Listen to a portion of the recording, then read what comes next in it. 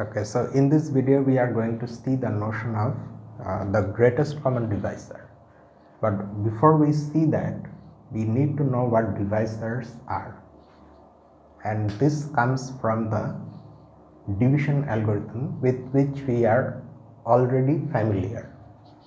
We have already seen that if we are given two integers b and a, where a is non-zero, then we can divide b by a to get a unique quotient q and a unique remainder r, such that this equation is true, and q and r of course are integers, and moreover r satisfies these inequalities. So this is the division algorithm. Now in this we are interested in the special case where r is 0, and that case gives us this definition, the first definition of this section.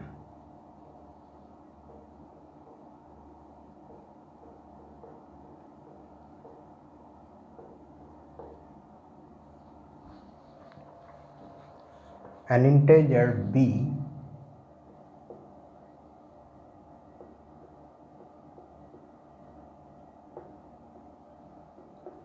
is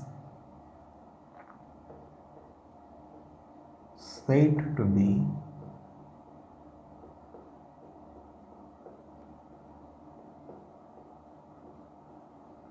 divisible by an integer a which is not equal to 0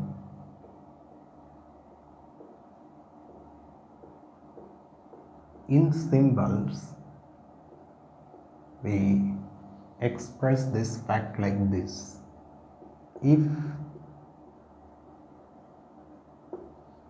there exists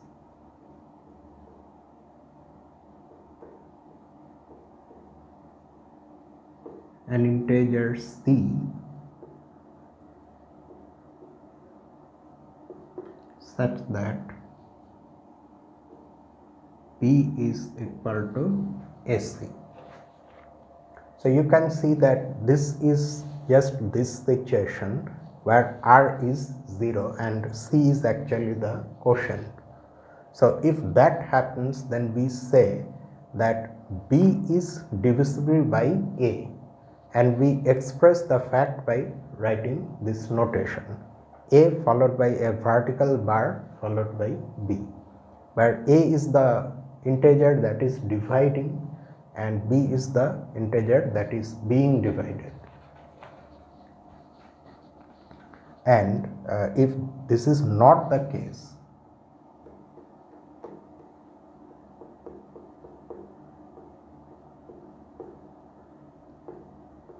we write like this to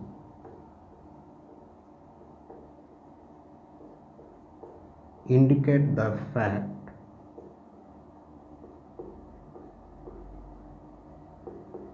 that b is not divisible by a.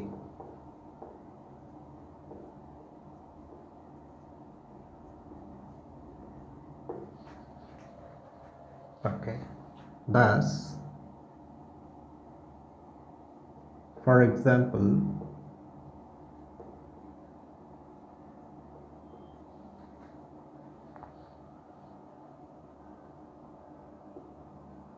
minus 12 is divisible by 4.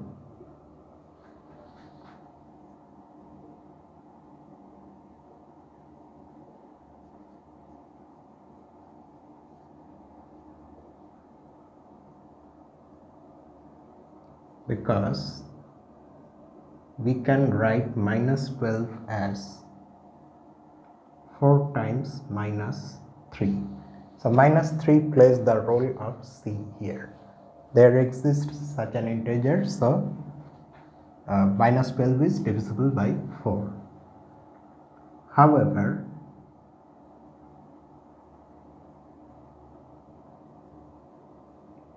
ten is not divisible by 3.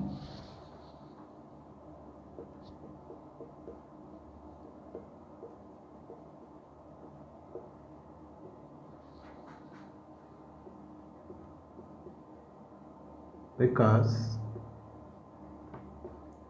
there exists no integer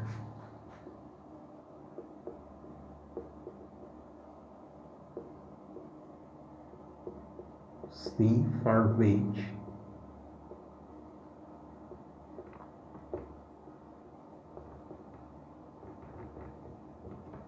the equation 10 equal to 3C is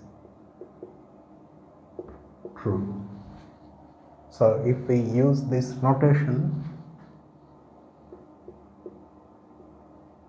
then we would write minus 12 is divisible by 4 and 10 is not divisible by 3.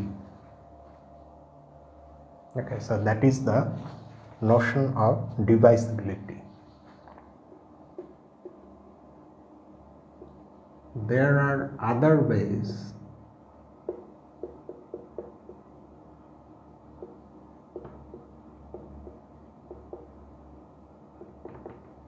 of expressing the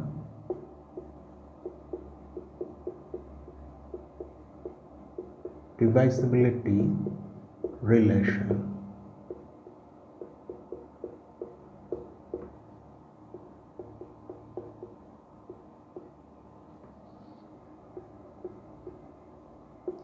We say that A is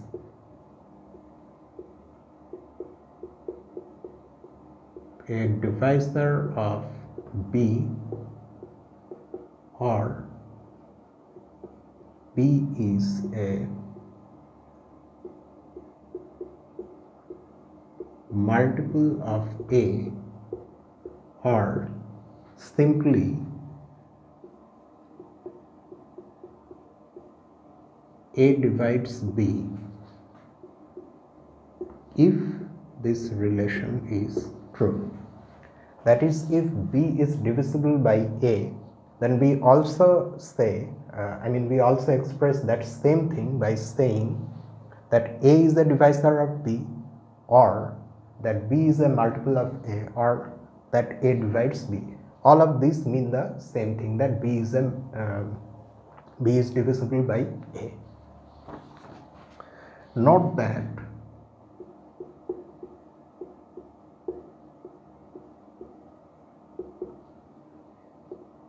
in definition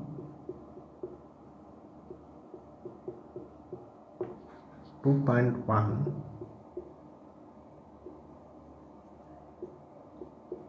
there is a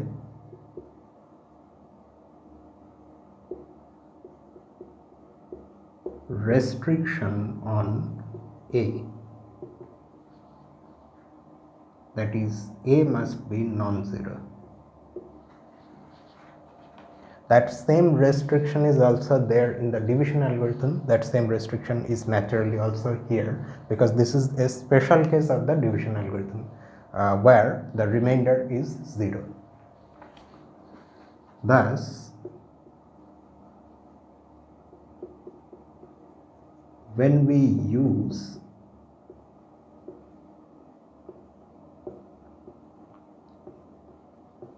the notation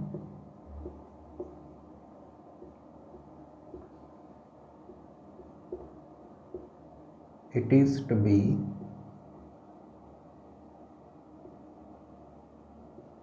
assumed that A is not equal to 0. So we would just simply write something like this. In the notation itself, this restriction is there, because we can use the notation only when A is non-zero and when, of course, B is equal to AC for some integer C. So if you see this, it means A is non-zero. Okay, next we come to the question of sign.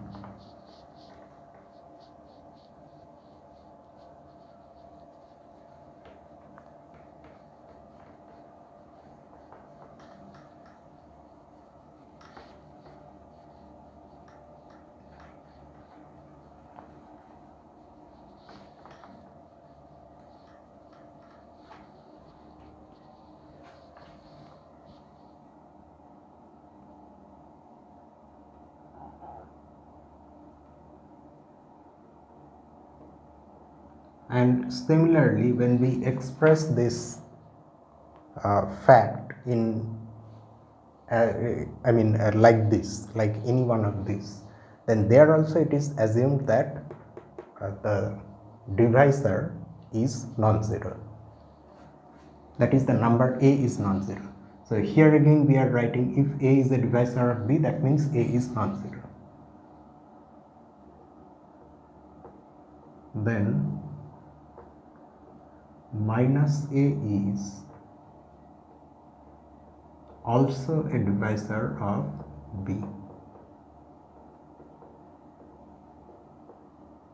and the reason is this: if b is equal to ac,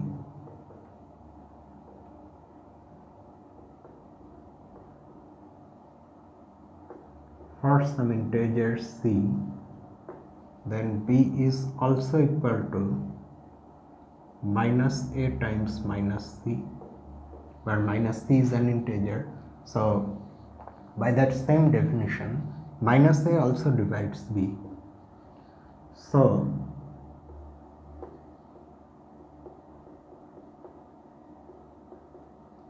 the divisors of any integer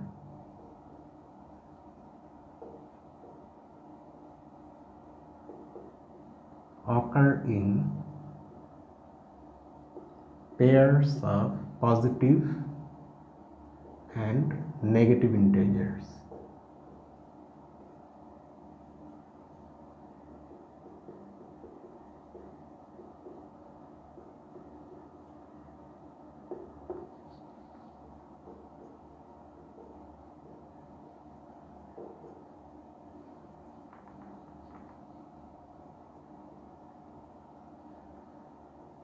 Thus, to obtain all the divisors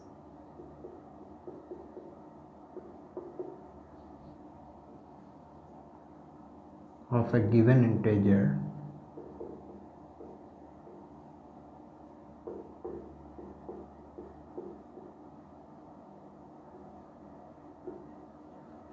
it's enough to find just the positive ones.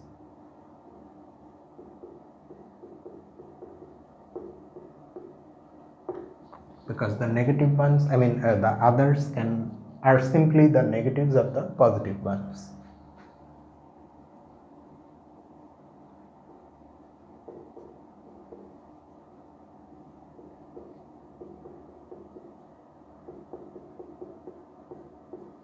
We will be mainly interested in positive divisors.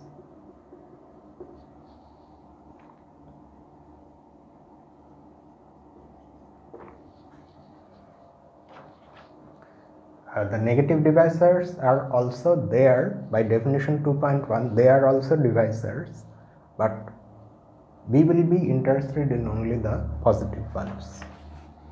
Now, from definition 2.1 of divisibility, there are some immediate consequences.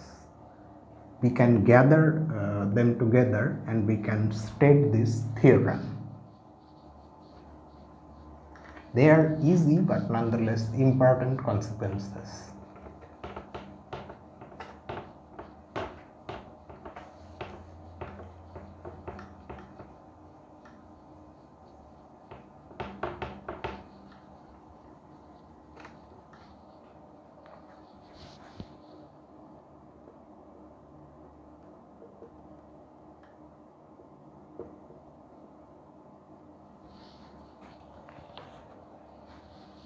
For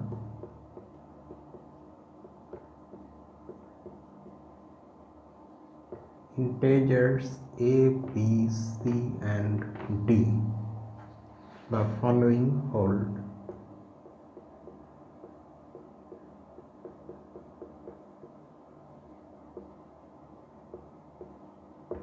the following statements are true. Part A divides 0. The second one divides A, and then also A divides A. For any, see, although we are saying for integers A, B, C and D the following hold, since we have used this notation, it means that here and here A is supposed to be non-zero.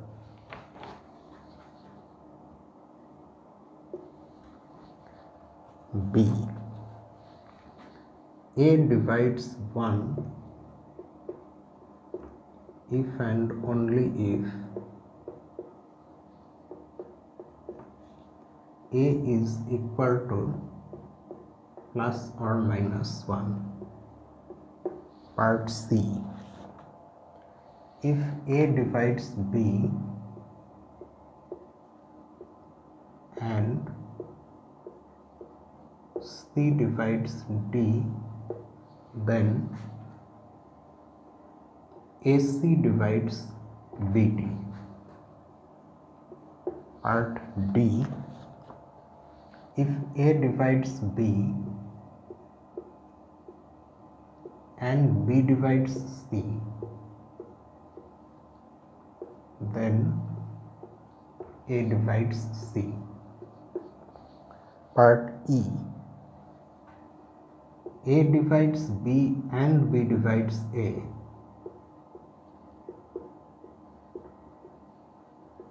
if and only if A is equal to plus or minus B or B is equal to plus or minus A, same thing. There are two more. If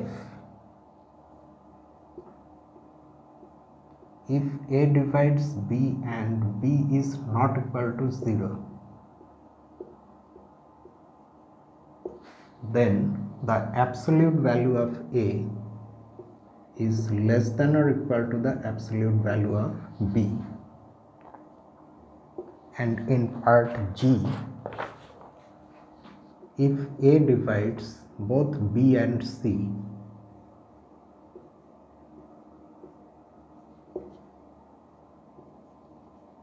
then A divides Bx plus Cy for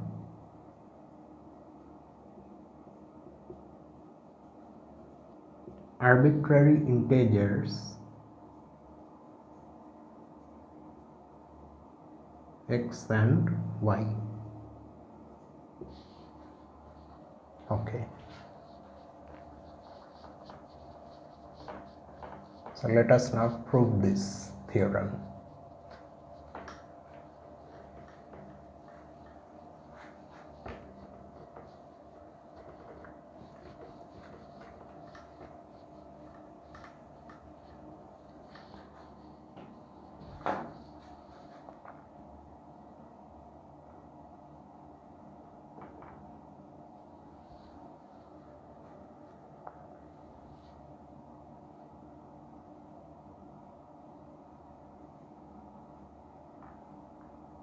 Part A,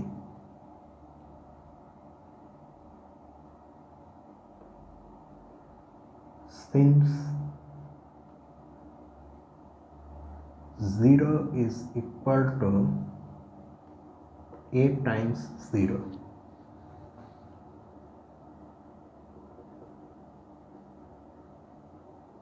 we have A dividing 0, A divides 0 if A is not equal to 0. Let us see what we have written here.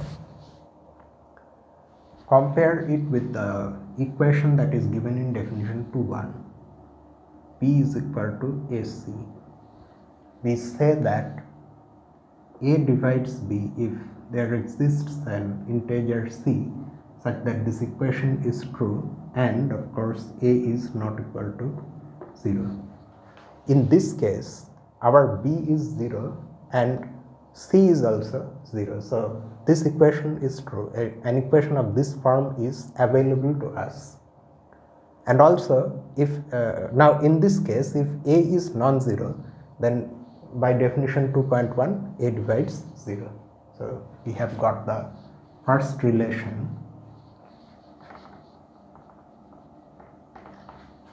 Then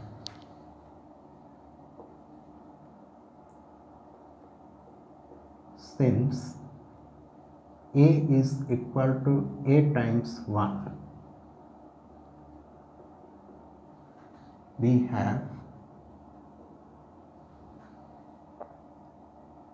have two things now. 1 divides a and a divides a if a is not equal to 0. Okay, how are we getting that 1 divides a? Of course, from this equation a is also equal to 1 times a. So, and 1 is already non-zero. So this equation directly tells us that 1 divides a by definition 2.1. Now that same equation, if you look at this one, then b is equal to a times c.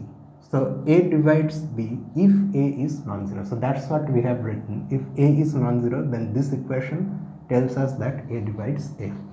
So any non-zero integer divides 0 and itself, and any integer whether 0 or non-zero is always divisible by 1. So that is part A. Then part B, a divides 1 if and only if a is equal to plus or minus 1. So that means here we have to prove two statements. If this is true, then this is the case, and conversely.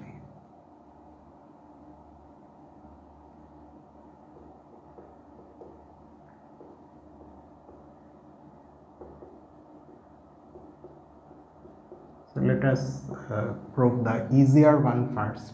Let's first assume that a is either plus 1 or minus 1.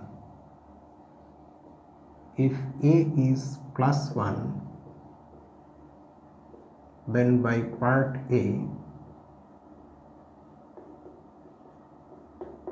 what we have already proved, a divides 1, because 1 divides any integer, and in this case that any integer is in particular 1. So 1 divides 1, which is true. So assume a is equal to minus 1, or you can write like this also. If a is equal to minus 1, then also a divides 1, because 1 can be written as minus 1 times minus 1,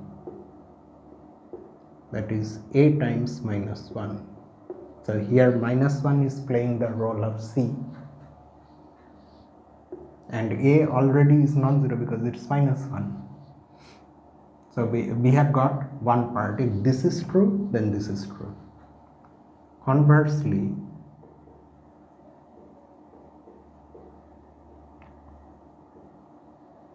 assume that a divides 1,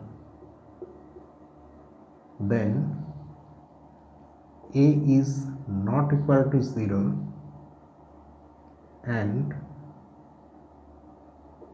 1 is equal to AC for some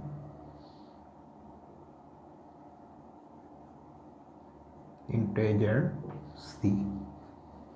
Okay, so 1 is equal to AC for some integer c.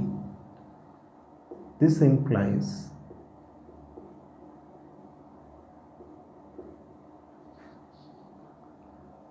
1 is equal to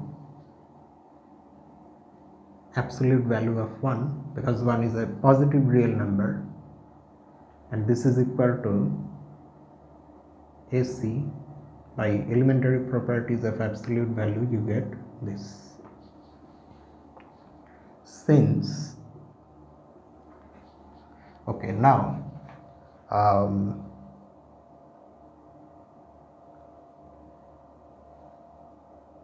that need not be said explicitly, because 1 is equal to this means mod A and mod C cannot be 0, since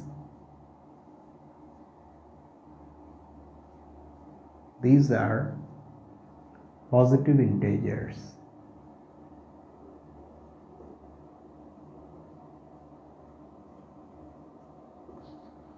Why are they positive integers?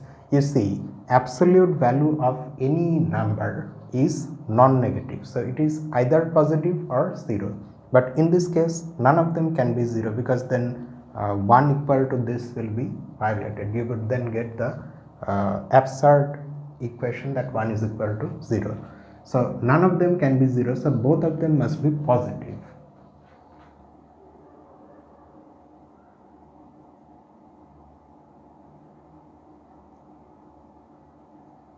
Now the product of two positive integers is 1, so there is only one possibility, that both of them must be equal to 1.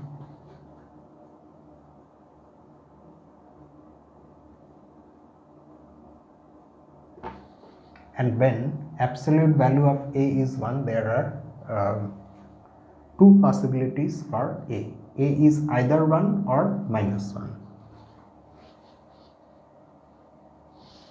Okay.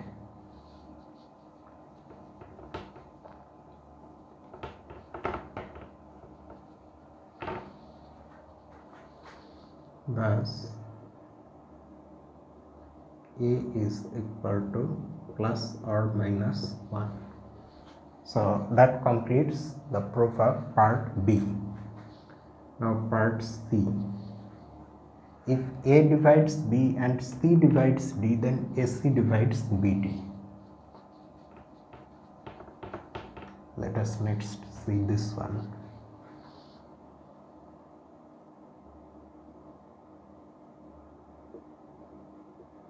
Since A divides B and C divides D, we have A not equal to 0, C not equal to 0, and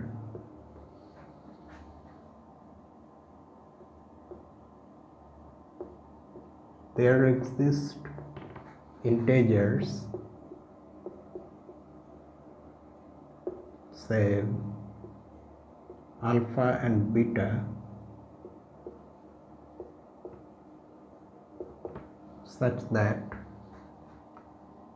B is equal to A alpha and D is equal to C beta.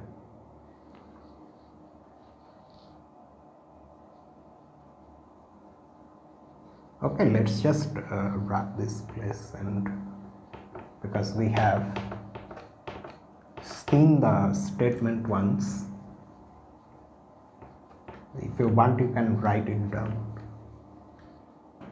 You can go back a few frames and you can write it down, such that B is equal to this and D is equal to C beta. Then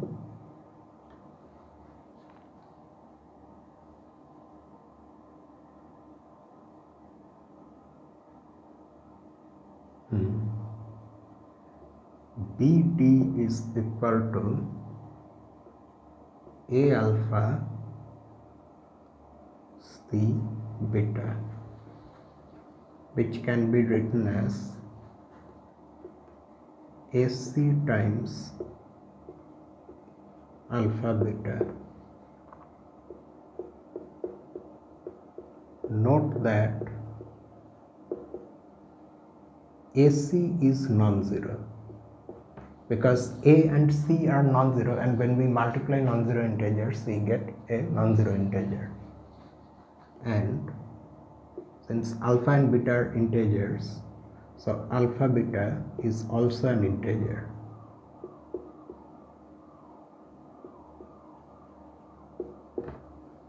Hence, so this equation tells us what?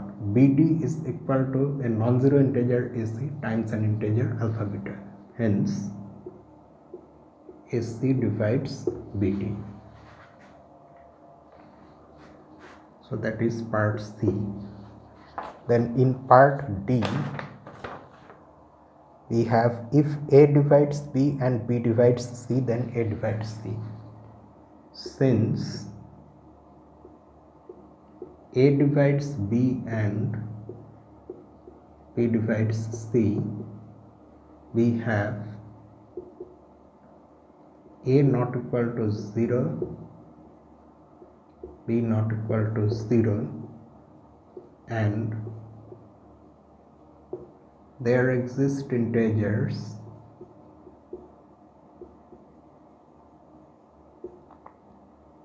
say gamma and delta such that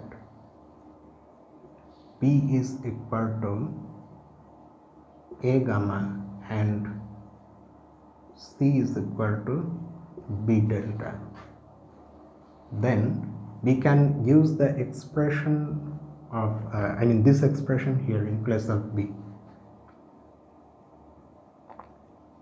Then C is equal to B delta is equal to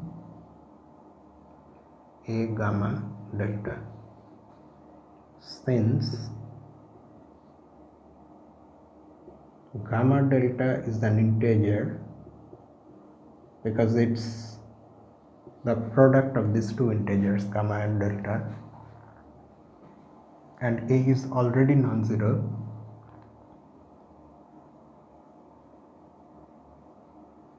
so A divides C.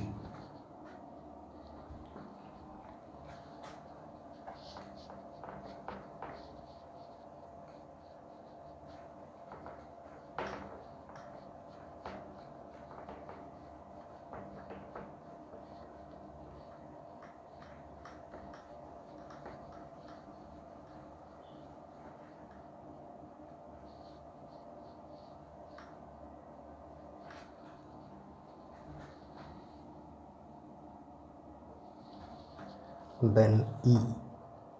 A divides B and B divides A if and only if, okay, so this is again an if and only if statement. A is plus or minus B. If A is equal to plus or minus B,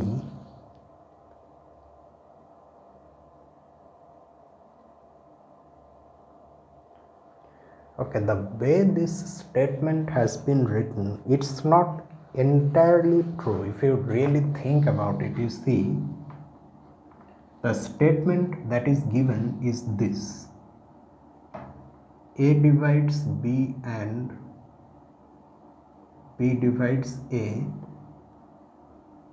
if and only, okay, in place of if and only we can of course write this double implication, same meaning. A is equal to plus or minus B. If this is true, then this is true, and conversely also, but there is a problem with the converse. If this is true and we are not saying anything else about A and B, then this may not be true, because you can take both A and B to be 0. In that case also A equal to plus or minus B is true, but in that case these relations are meaningless. So we will additionally assume, when we prove that this implies this, we will additionally assume that A and B are non-zero. Okay, and that's what we are going to do right now. We prove that part first.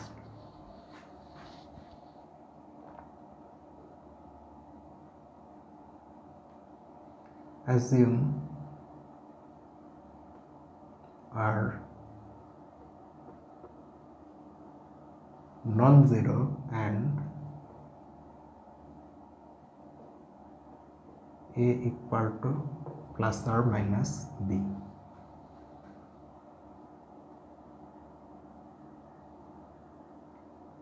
Then, okay, what do we see from this equation? We see, of course, there are two possibilities. Either a is equal to b or a is equal to minus b. Whatever be the case, we have this.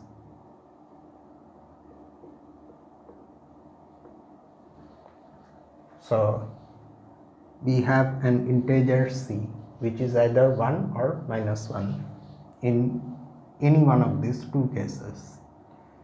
And because we have assumed that b is non-zero, this equation tells us that b divides a.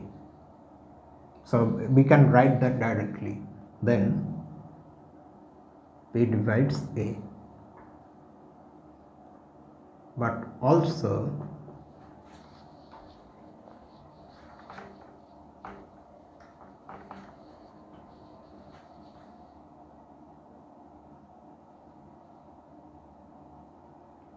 b equal to plus minus a. And why is that true? You see, either a is equal to b. If a is equal to b, then b is equal to a. But if a is equal to minus b, then b is also equal to minus a.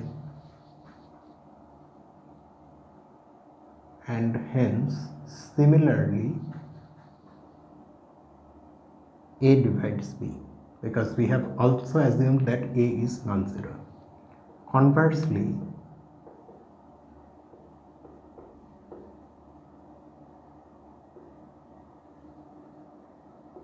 assume that a divides b and b divides a. Then a and b are non-zero, which however we will not need here. I mean, to conclude this, non-zeroness of a and b are not needed. Then a and b are non-zero, and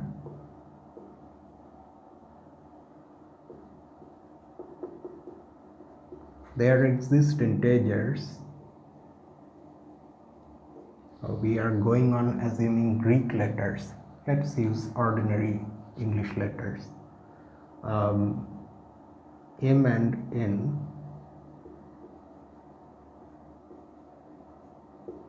such that, so from this one we get a equal to bm, and from this one we get, or have I written the opposite?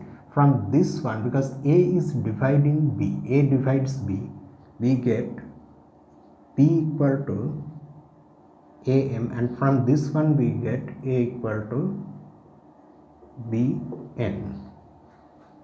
Then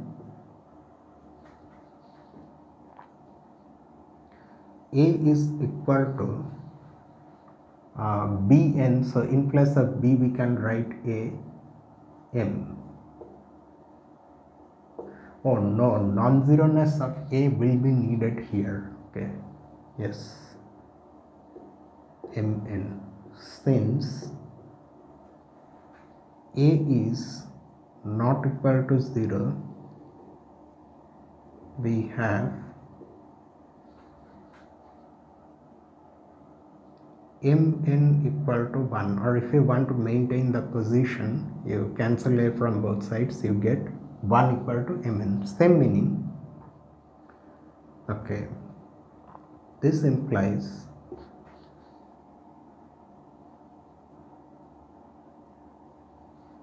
that either, because m and n are integers, there are two possibilities that come from this equation. Either m and n are both equal to 1 or both equal to minus 1. So this implies that both of them are equal to 1 or both of them are minus 1. Hence, a which is bn, so that n can either be 1 or minus 1. So accordingly, this is plus or minus b. So that's how we have proved E. Then F. Okay, in F what do we have? Here A divides B and B is not equal to 0. Since A divides B, we have A not equal to 0,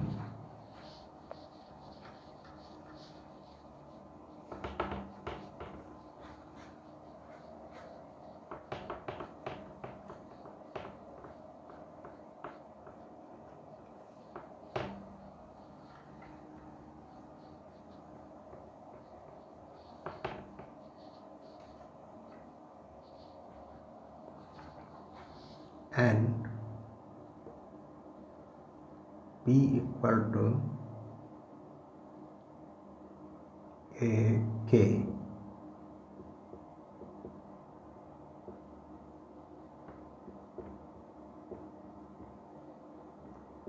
for some integer k. Now it is given that B is also non-zero. Okay, B is also given to be non-zero and A is also non-zero. So that means K cannot be 0. Since B is non-zero,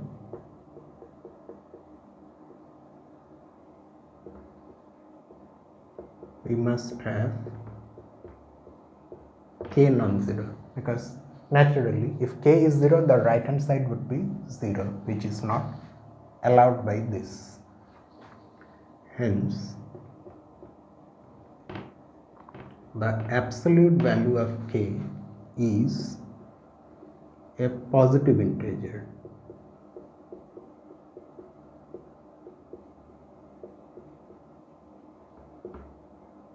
That is, this is greater than or equal to 1. Hence, from this inequality we get this fact.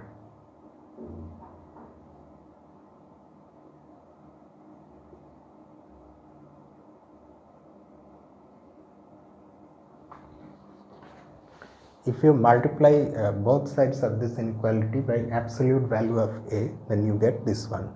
And you can do that because absolute value of A is non-negative. So the inequality will not get reversed. Or if you find this somewhat confusing, you can write the same thing in this manner also, so that they look alike. From this one you get this one. Now using elementary properties of absolute value, this is nothing but the absolute value of AK, and that is B. So that's how you get that absolute value of A is less than or equal to the absolute value of B, and that is part F. And then finally part G. In part G we are given that A divides both B and C. Since A divides B and A divides C, we have A not equal to 0 and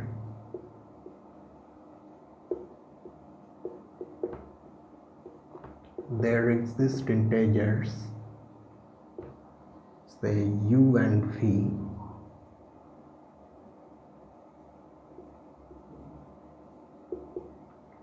such that B is equal to AU and C is equal to AV.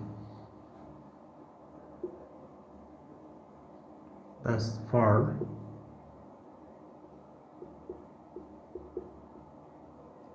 arbitrary integers, any integers x and y,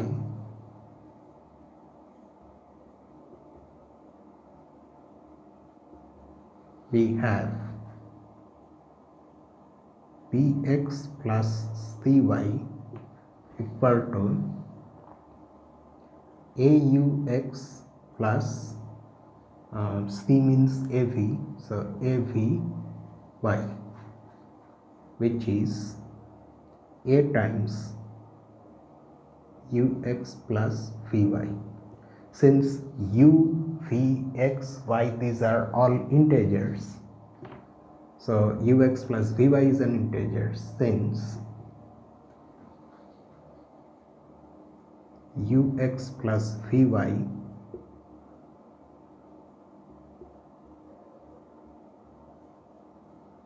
is an integer,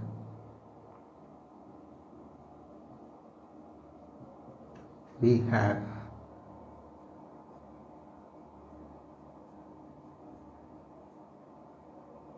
this. You may wonder what is the need to go through these things so carefully when probably you already know that these things are true, that these properties are true, and they are somewhat so natural that it seems pointless to go through the proof in a systematic manner like this. But see, this is the thing. Easy or hard, these terms are subjective and they also keep changing. The more you familiarize yourself with something, the easier it gets. But it is a good practice to, it's a good habit to go through everything systematically without caring about whether it's easy or difficult to you. Because if you have the habit of skipping steps and going through things in a superficial manner, then that will harm you in the long run. Because when you see something, some statement in any area of mathematics, in any part, or not even just in mathematics, in any sort of reasoning, and you feel like this should be true, and you don't go into the details, then that may make you some terrible mistakes, which you may not be able to see afterwards, and you may be scratching your head why this is wrong. So that's why it's advisable that we always maintain rigor in theoretical thinking and in our reasonings. So that completes the proof.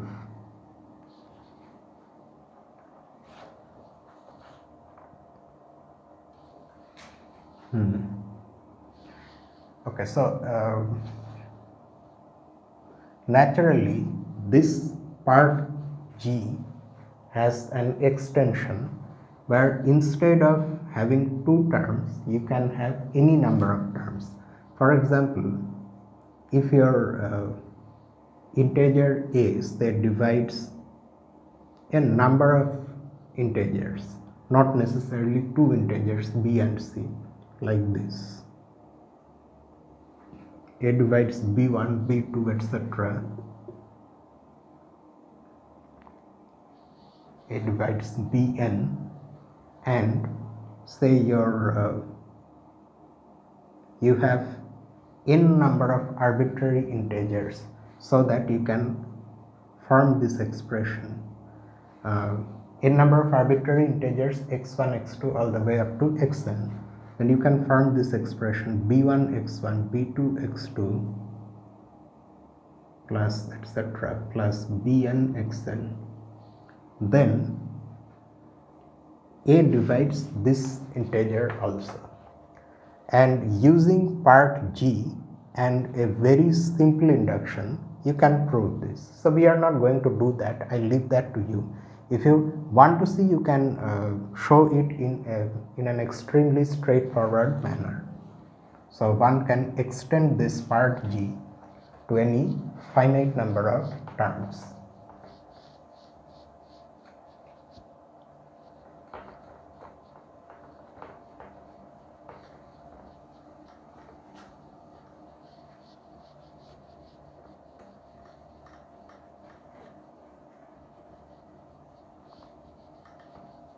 Now that these elementary properties are out of the way, we can go to more interesting things.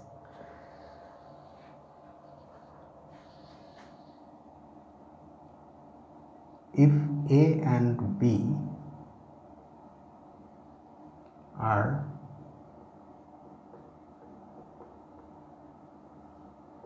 arbitrary integers and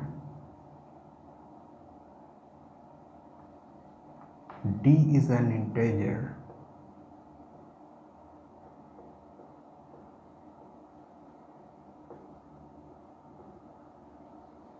such that D divides both A and B,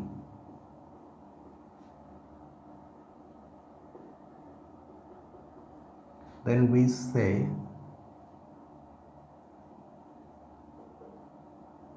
that D is a common divisor of A and B. Naturally, because it is common to the divisors of A and B. So it is called a common divisor of A and B. Since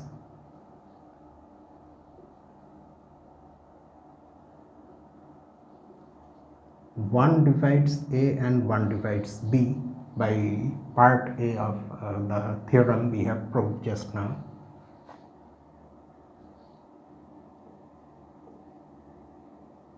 the set of common divisors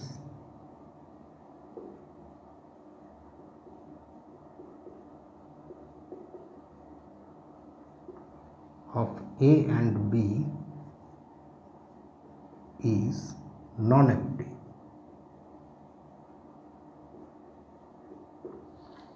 No matter what A and B are, they may in fact be equal, they may be the same thing or different. In any case, one always divides any integer, so one divides A and B. So the common divisor, the set of, if one collects all the common divisors of A and B, then one will get a set. That set is always non-empty because the number 1 is always there in that set, irrespective of the choice of A and B. If A and B are both equal to 0, then any non-zero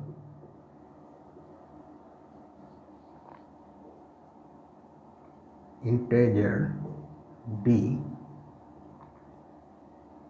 is a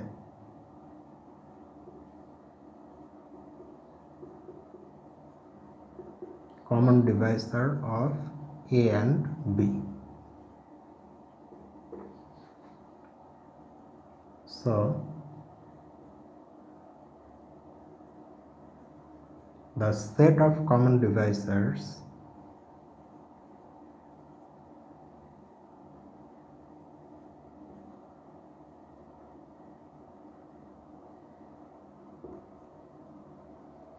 in this case is infinite.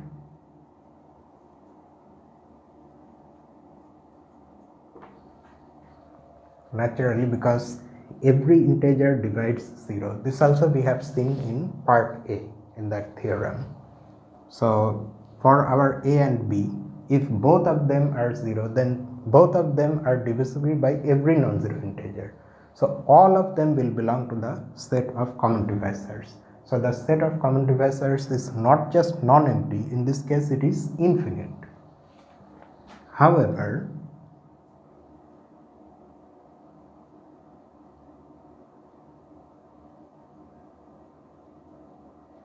if at least one of A or B is non-zero,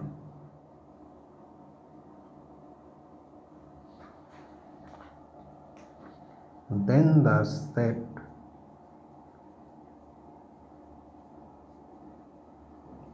of common divisors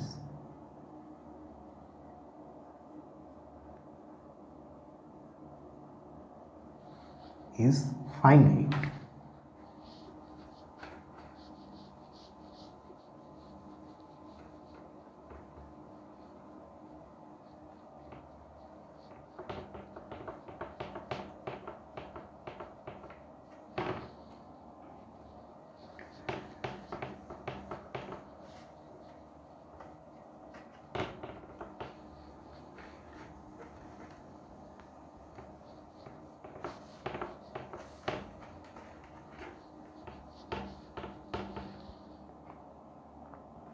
Okay, say A is non-zero. B may or may not be zero, we don't know and we don't care. A is non-zero. Now we are saying if at least one of A or B is non-zero, then the set of I need to complete the sentence. Is finite. How? How is this set finite? You see, we are assuming A to be non-zero. Now, what are the possible divisors of A? If one asks this question, then of course it's not an easy. It's not easy to answer that question in general. We will realize why later on. But right now we are interested in this. When we say what are the divisors of A, we don't mean to actually know the divisors, but rather their number, or in whether the number is finite or infinite. We are saying that the number should be finite. We are not saying that here. We are saying that the common divisors are finite in number. However, I am claiming now that if A is non-zero, then the divisors of A themselves are finite in number. Let us see how. Suppose D is a divisor of A. Okay, so D is some non-zero integer that divides A according to our definition 2.1. Now in this theorem that we have proved just now, you look at part F. Part F says that this must be less than or equal to this. Okay. Now because A is non-zero, this is a positive integer. No matter how large it is a positive integer, this absolute value of A. So this in place of this inequality, you can write two equivalent inequalities.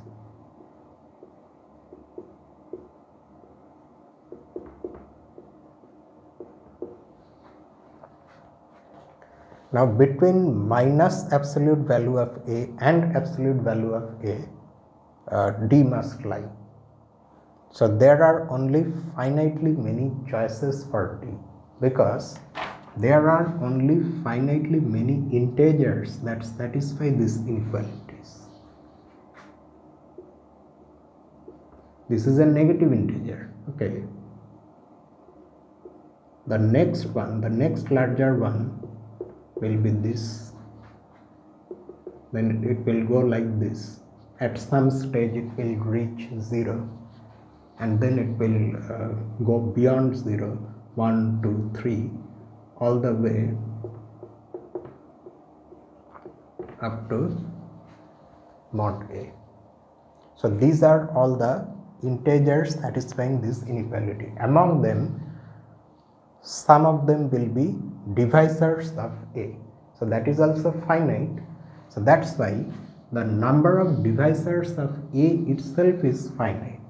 So the number of divisors that the number of integers that divide both A and B automatically will be finite. It cannot be infinite. So that's why we are saying that in this case, if at least one of them is 0, then the set of common divisors is finite.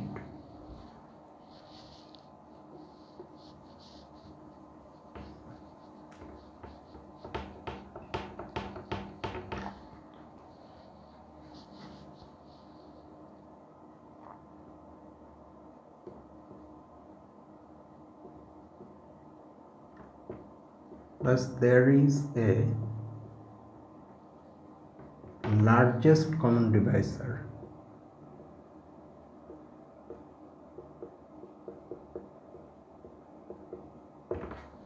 because it's a finite set, so there will be a largest element, a largest integer that is a common divisor. Since divisors occur in pairs of positive and negative integers,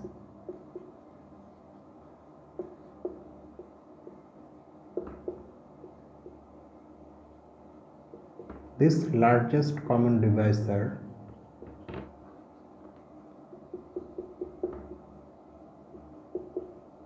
is positive.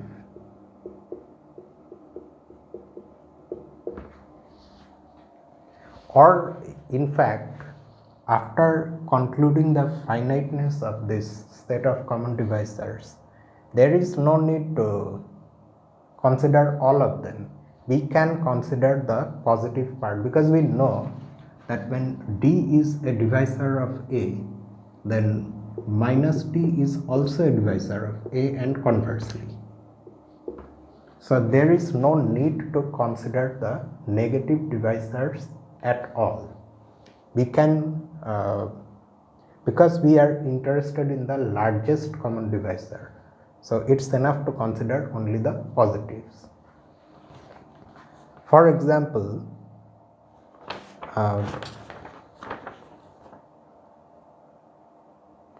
here the definition is given first and then an example. Okay, so we will also present it like that.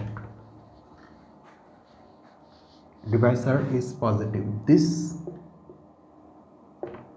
integer is called the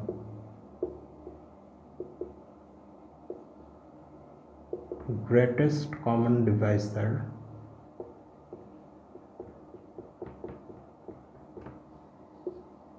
of A and B. The name itself says what it is.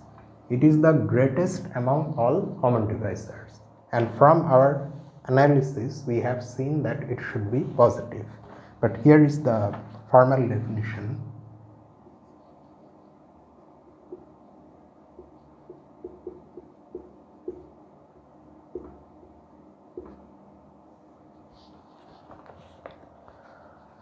Let A and B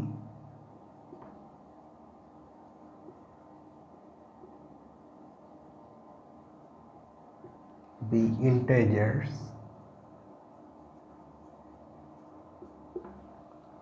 where at least one of them is different from 0.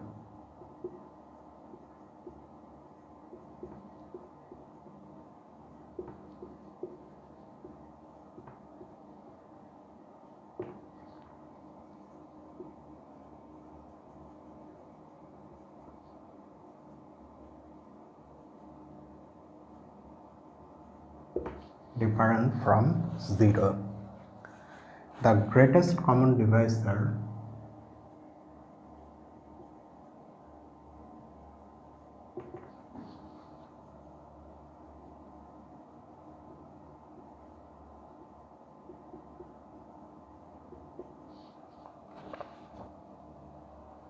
of A and B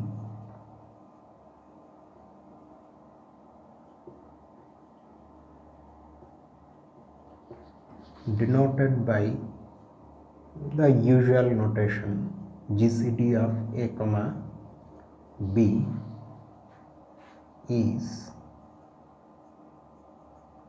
the positive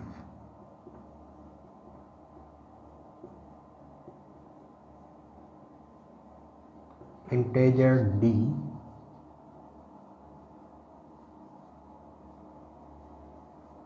such that first I need some ink.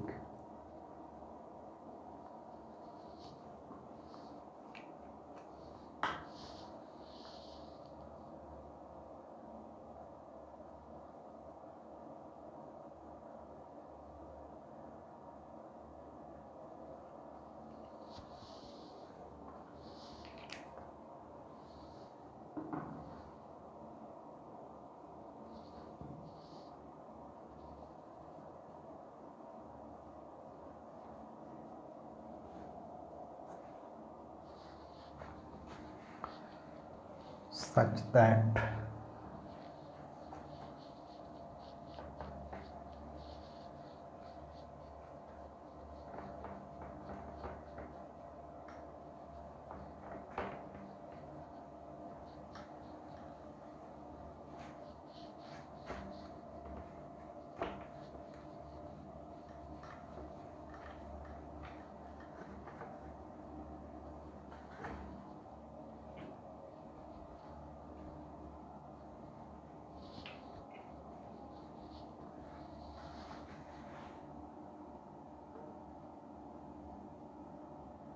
D divides A and D divides B.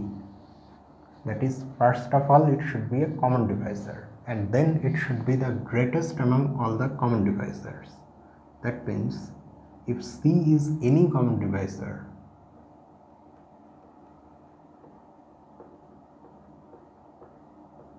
then C must be less than or equal to D.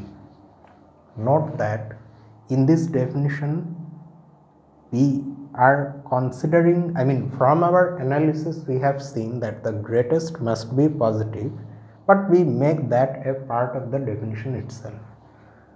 By this very definition, the GCD is a positive integer. Okay, keep that in mind. GCD is never negative. Okay, so now we illustrate this with this example.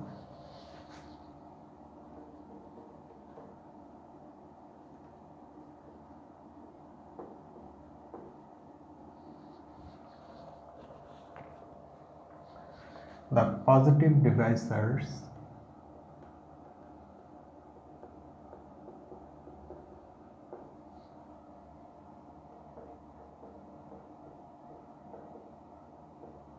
of minus 12. Note that we only need at least one of A or B to be non-zero, but any one of them may be negative also. That is allowed. However, their GCD is by definition positive, so we can take one of the integers here to be minus 12. The positive divisors of minus 12 are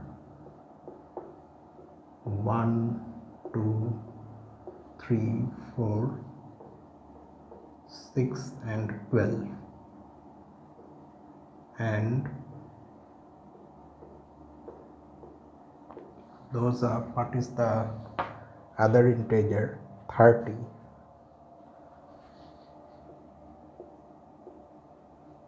are 1, 2, 3, 4 is not an option, 5, 6, 7, 8, 9, 10, 15 and 30. Just one more thing, when you write down the positive divisors of a given integer, you can make it somewhat more quick than just simply writing like this by making this observation, that when you write one divisor, that automatically creates another divisor. Corresponding to 1, there is 30. corresponding to 2 there is 15. That is, once you find one divisor 2, then 30 divided by 2 is also a divisor. Like that 3 and 10 and 5 and 6. This way you will be able to quickly determine the larger divisors. And this correspondence is a little different from the positive and negative divisors because here all of them are positive.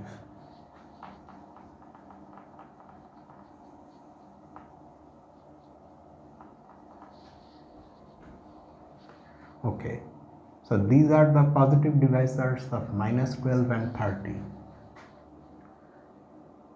The common divisors.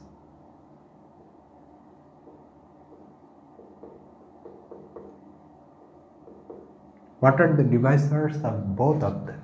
1 of course is a common divisor, then 2, then 3. 4 does not divide 30. 6 is there. Just like that, 4. 5 divides 30 but 5 does not divide minus 12. Is there anything else? 12 is not there in this list. So these are the common divisors. Since 6 is the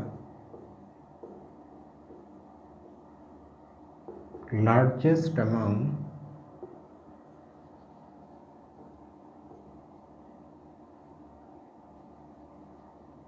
the common divisors,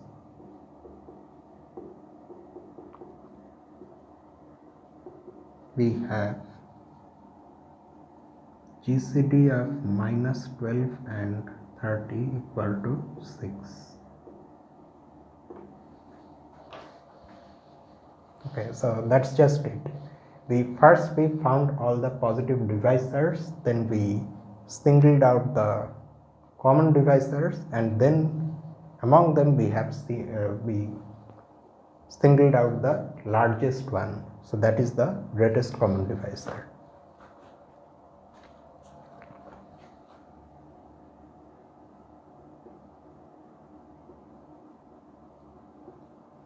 Similarly, one can also see these things. GCD of minus 5 and 5 equal to 5 naturally.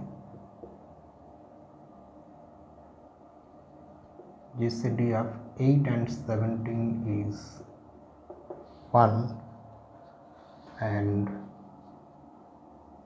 GCD of minus 8 and minus 36 is 4.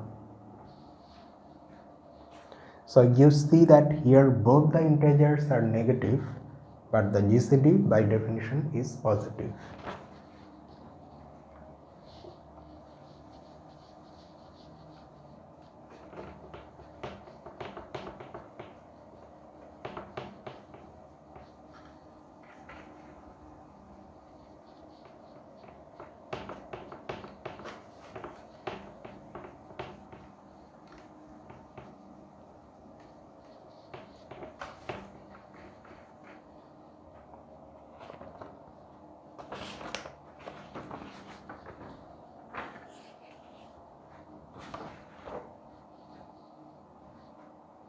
Okay, now after this, a very nice property of greatest common divisors are investigated. The next theorem, in fact this is, one can say this is the central fact about GCDs.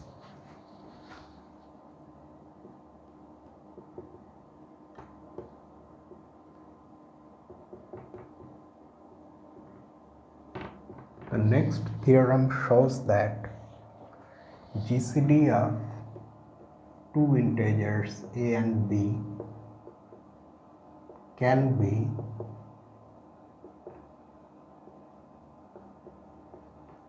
represented as a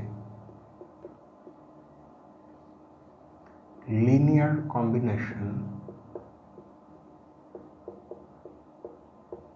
of A and B, and this term linear combination, you may not be familiar with this. It is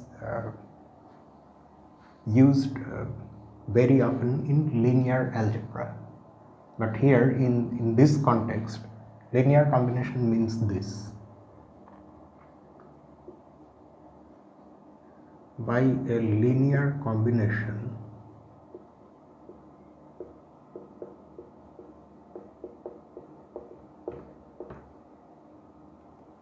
of A and B, we mean an integer of the form ax plus by, where x and y are also integers. And this fact is not obvious at all. I mean, one cannot guess that, for example, 6 can be written like this: minus 12 times x plus 30 times y for some x and y. It's not obvious at all, and that's why it is interesting. For example,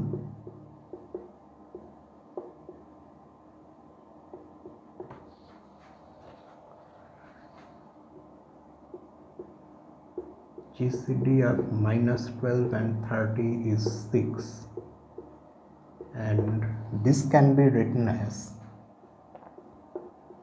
minus 12 times 2 plus 30 times 1. 30 minus 24 is 6. Also, GCD of this one, minus 8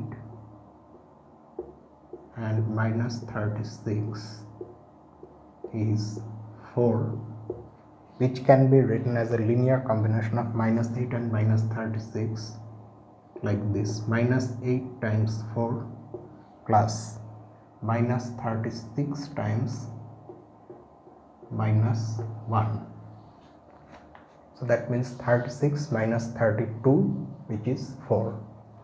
And the theorem, of course, is this: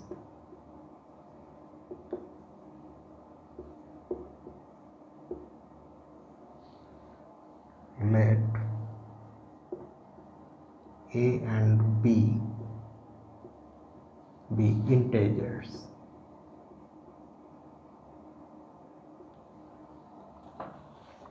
Not both of which are 0, because otherwise we cannot talk about GCD.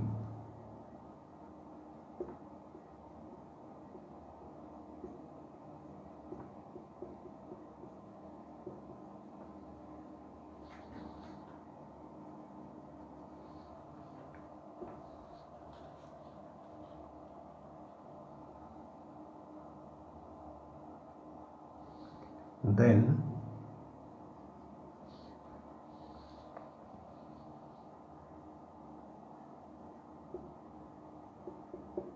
there exist integers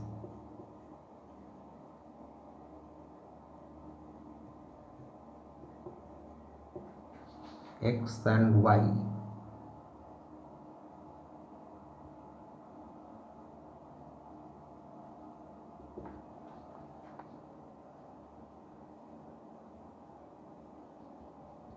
such that GCD of A comma B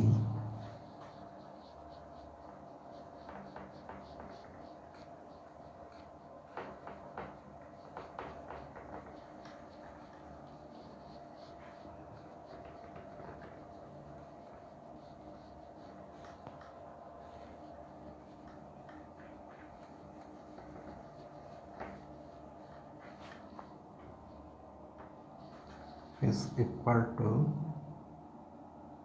ax plus by. Note carefully that this statement says two things. We are given two integers a and b, not both of which are 0. Then, first of all, this theorem says that GCD exists, that there is one greatest common divisor. We have seen that it exists in 3 examples, but that does not say anything about the general case. Who knows, for two integers a and b, that is not, not both of which are 0, GCD may not exist. However, you may argue that in our analysis that we went through, where we determined that the set of common divisors is finite, and so it should have a largest integer and that should be positive, so GCD exists. Yes, that is true, that by that analysis GCD exists. But then it says that GCD can be expressed like this. However, in the proof of this theorem, we will not find the GCD of a and b as the largest element of some set. It is the largest element of the set of positive common divisors. That there is no doubt about that, because that's the definition. But instead, we will find that it is the smallest of some other set, smallest element, which will help us show that it can be written in this form. So we will start the proof by considering the integers that are of this form and that are positive. So let's see the proof.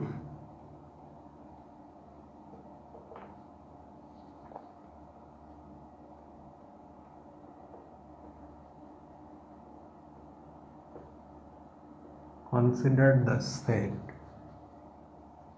S, which consists of objects like this AU plus BV, where U and V are integers and AU plus BV is positive. Because A and B are integers, so AU plus BV after all will be some integer, but we want positive integers. Okay, those U and V are being chosen for which this AU plus BV is positive. Note one more thing, that here A and B may be positive or negative, or in any combination we can have them. Okay, so that is the situation. Now the first job is to show that this S is non-empty. S is a non-empty set.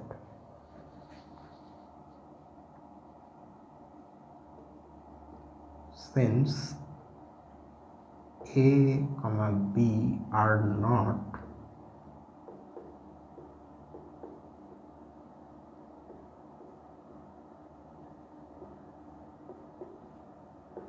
simultaneously 0, we assume without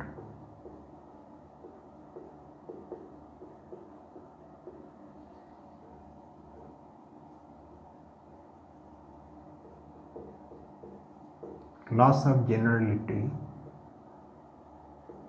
that A is non-zero. One of them will be non-zero, so suppose A is non-zero. Okay.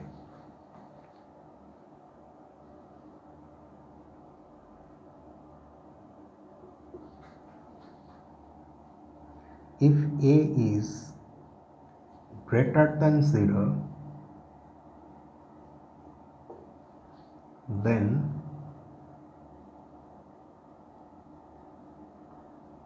A is equal to A times 1 plus b times 0, and this belongs to S.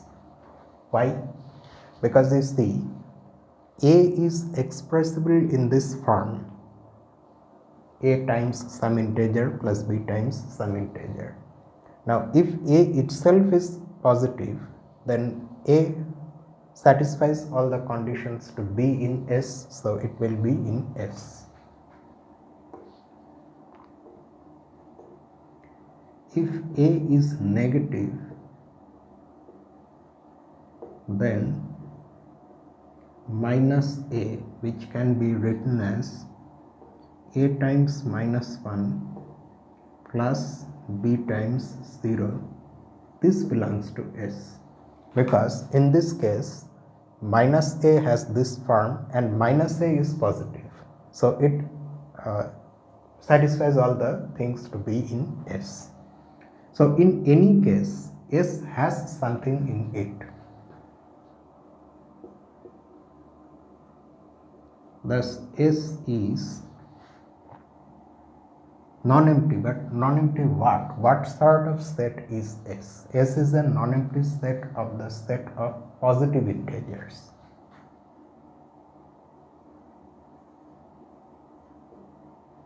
Non-empty subset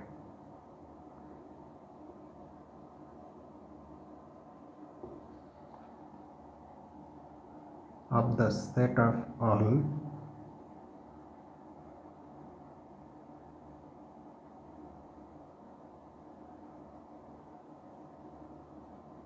positive integers. So we can now apply the well ordering principle on S. So by that principle, S will have a smallest element.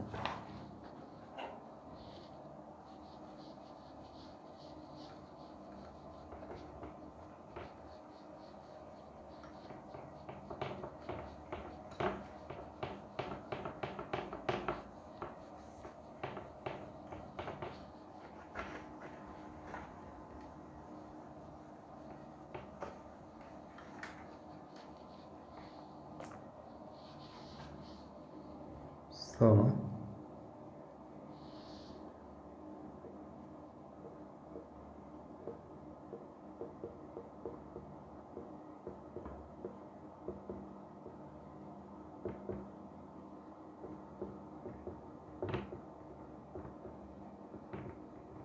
by the well ordering principle, S has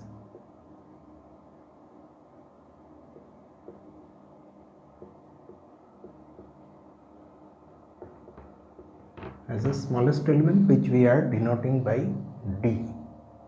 Okay. Now our aim is to show that D actually qualifies as the GCD of A and B. So for that we need to show two things. First of all, we need to show that D divides both A and B, and then if some integer C divides both A and B, then C has to be less than or equal to D. Okay.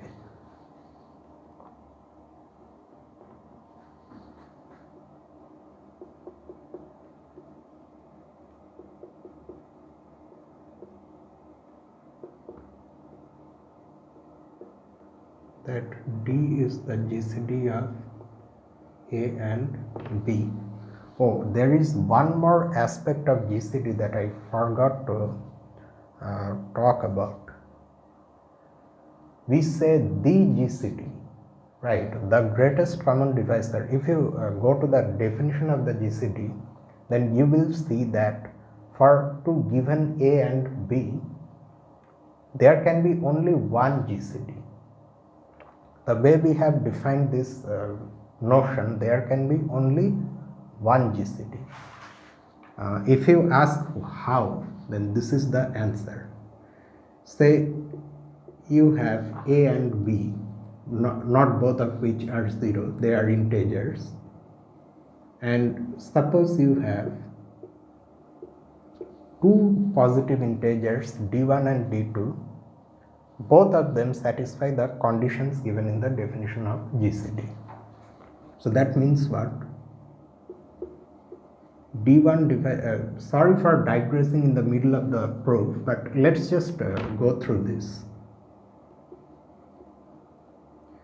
d1 divides both a and b, that is one condition, and if c is some integer that divides both a and b, then c is less than or equal to d1.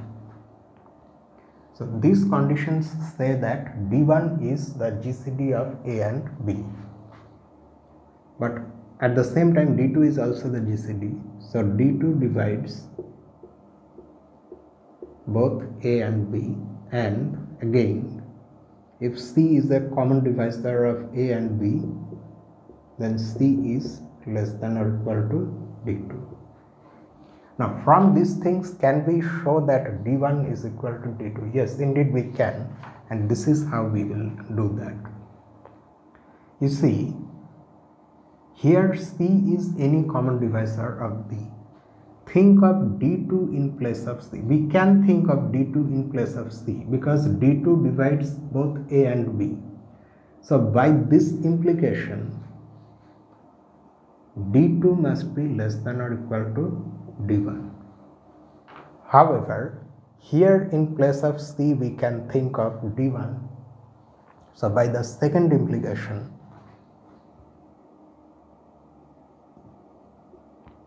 d1 at the same time will be less than or equal to d2. Combining these two inequalities, you get d1 equal to d2. So that proves the uniqueness of GCD. Okay, and now let's get back to the proof.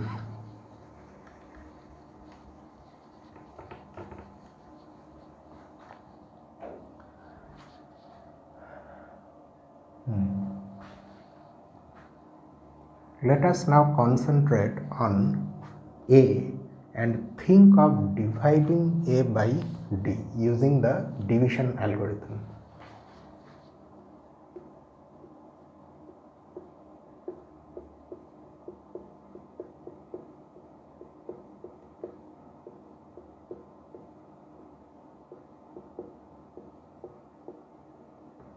By the division algorithm, there exist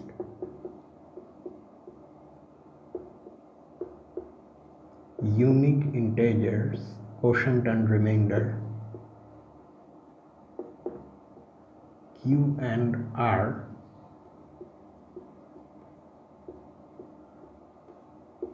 such that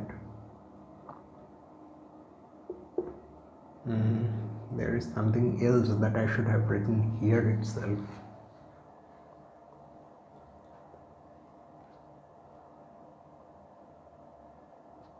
It's not a big problem, we can write that afterwards also. Let's first write complete what we are writing here, such that A is equal to QD plus R, where R is non-negative and R is less than D. Why are we not using absolute value of D here? It's because we have chosen D from S, and S has only positive integers, so D is automatically positive, so there is no need to use absolute value here. Okay, now since actually this is what I am going to write here now, I should have written here, since D belongs to S, D has been chosen to be the smallest element of S, so D should look like this because all the elements of S look like this. So there exists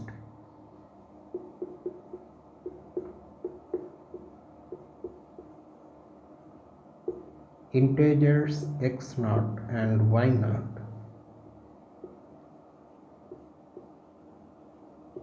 such that D is ax naught plus by naught. That is, D is the so-called linear combination of A and B. Now, from this equation, what can we write? R can be written as A minus Q D. And here, in place of D, if we use this expression, we get A minus Q times Ax naught plus By naught, and that is equal to, if we arrange the things a bit, we get 1 minus, or let me write like this, A times 1 minus Qx naught plus B times minus Q y naught. So note that we have shown here that R is again a linear combination of A and B. Now, if R is positive, then R will belong to S, because R is the linear combination of A and B and R is a positive integer. However, that would be a problem because R is less than D, and according to our choice, D is the smallest positive integer, smallest element in S. So R being smaller than D cannot be in S. So all these things tell us that R cannot be positive. So let's write the conclusion.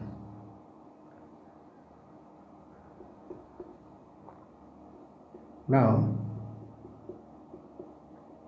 if R is positive, then R belongs to, without writing anything more, because we can see why R belongs to S. It's the linear combination of A and B, and so if it is positive, it will belong to S. Then R belongs to S, and this would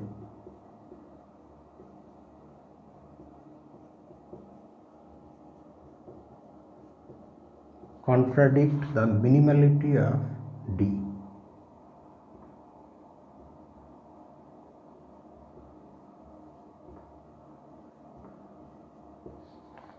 So R cannot be positive, but R is non-negative, so the only choice is that R must be equal to 0.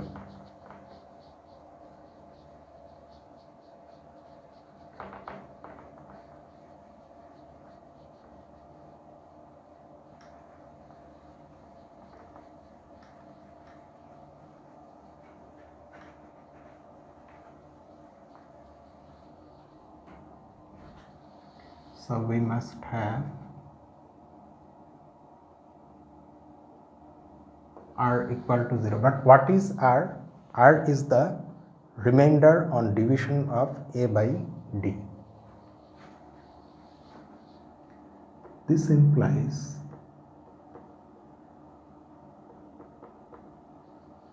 or we can mention this equation once more. A equal to QD, and hence D divides A. So whatever we have done with A and D, we can also do with B and D, and argue similarly to conclude that D divides B.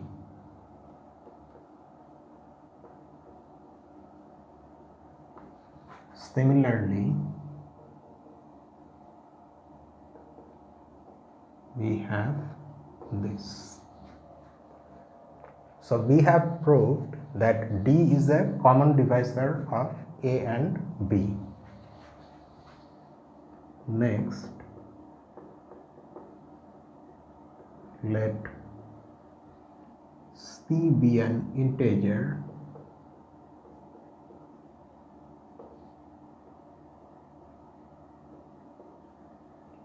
such that C divides A and C divides B,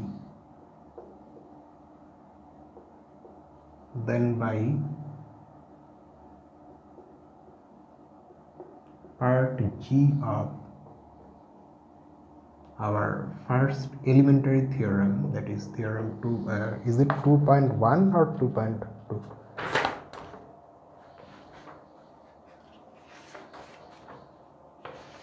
2.2, I think.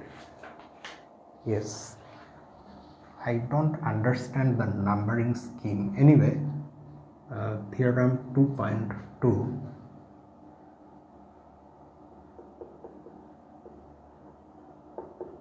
we have, okay, so if C divides A and C divides B, then C divides AX naught plus BY naught for, in that theorem in part G, for arbitrary X and Y, we will have this, that is, but what is this? This is D. Where have we written that? Here. C divides D. Now since D is not equal to 0, part F of that same theorem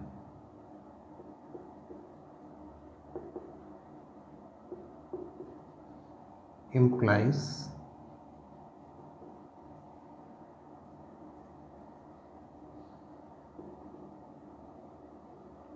this, but we know that D is not just non-zero, but it's actually positive. So C, which is less than or equal to absolute value of, this is always true, okay, for any real number C, the number is always less than or equal to its absolute value. The inequality is strict when the number is negative, and when it's non-negative we have equality. And this is less than or equal to D. So now let us see what the things we have proved about D are. D is a positive integer. D divides both A and B, and whenever C divides both A and B, then C is less than or equal to D. So that's it.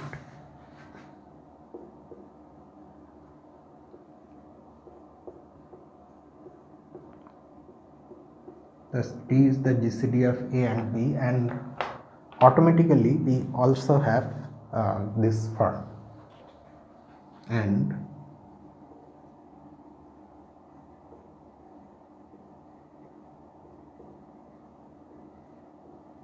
where x naught and y naught are integers. So this completes the proof.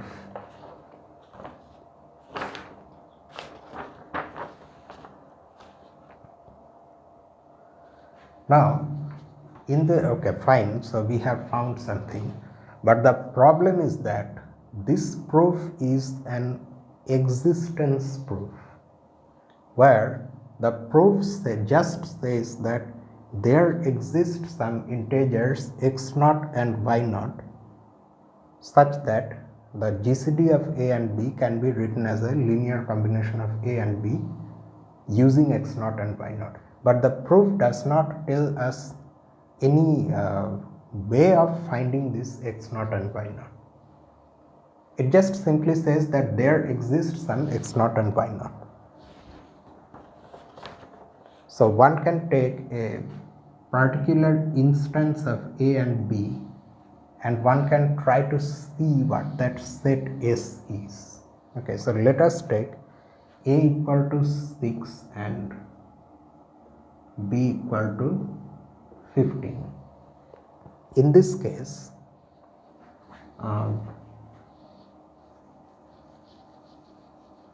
let's see what the set S is.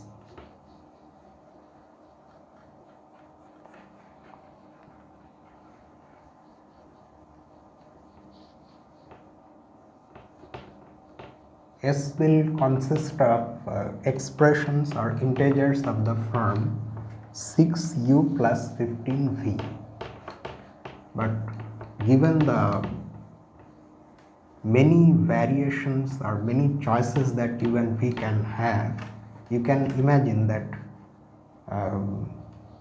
you cannot decide things in a very straightforward manner. S is this. Now, by definition, S looks like this, such that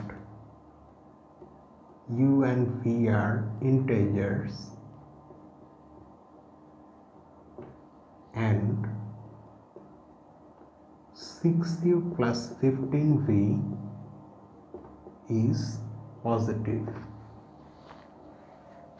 U and v are integers, so they are allowed to be negative. However, both of them cannot be simultaneously negative because our original numbers are positive. So if both of them are negative, then this will be negative. At the same time, both of them cannot be equal to 0 also. So some elements are given in the text. One of them can be positive, the other can be negative. There are many cases like that.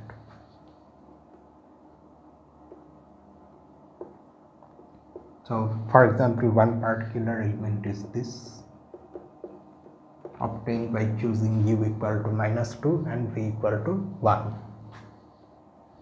Another element, say, is this, 6 times -1 plus 15 times 1, and yet another one can be this, 6 times 1 plus 15 times 0, and so on. Here these three particular elements have been taken arbitrarily, you can see that.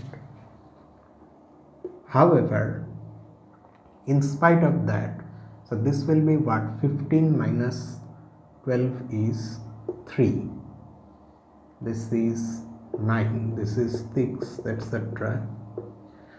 The author claims that 3 is the smallest.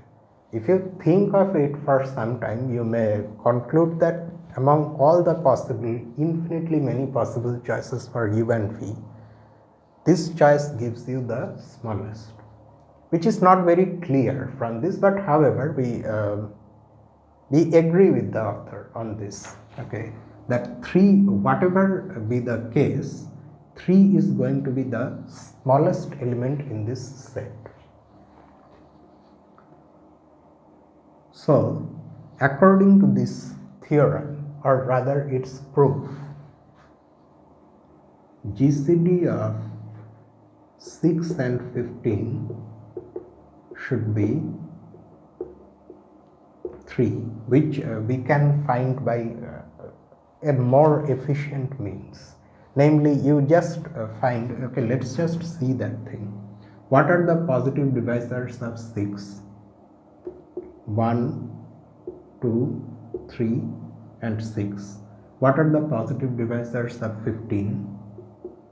1, 3, 5 and 15. Common divisors are what? 1 and 3. So there are only 2 common divisors. Among them 3 is the largest, so this is 3.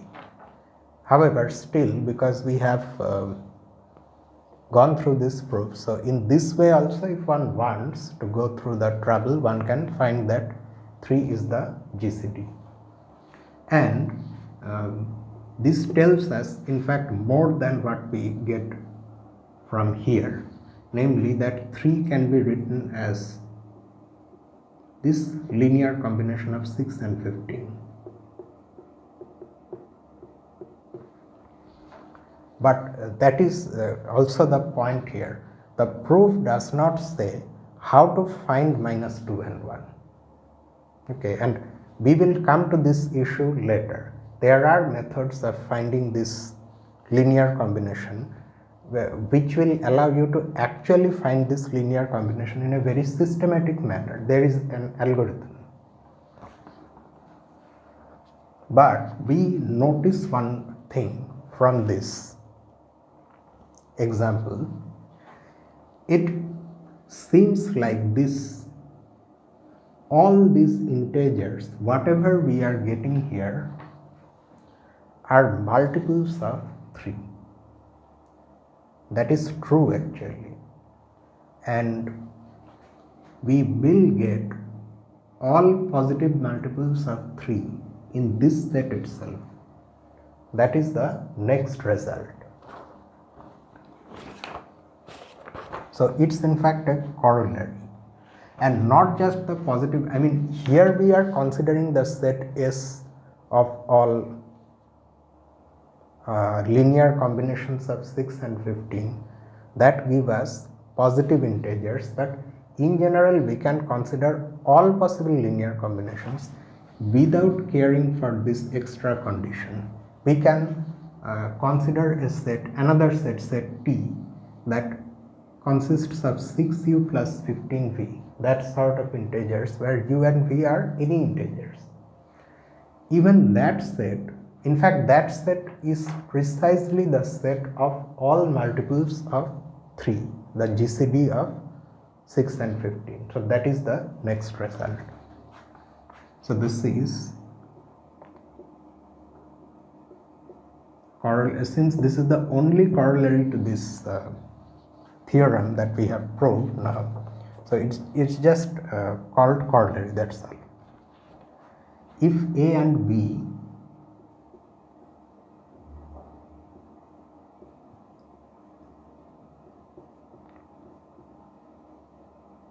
are integers, same condition, not both 0,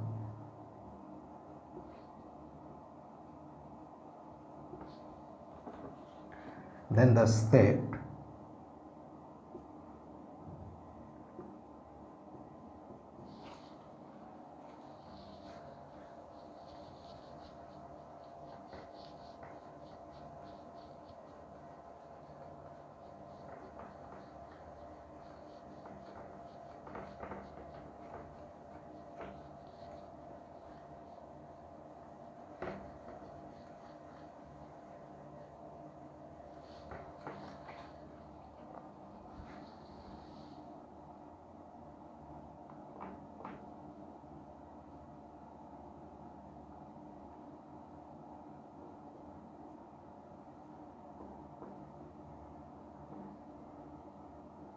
these are x and y are integers,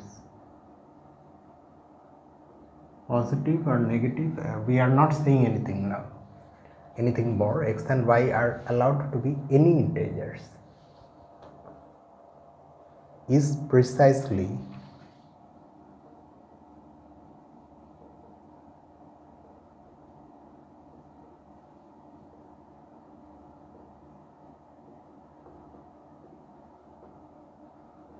the set of all multiples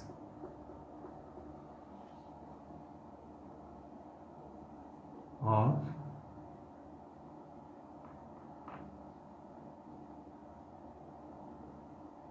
the GCD of A and B. And okay, they have given it a name also, D.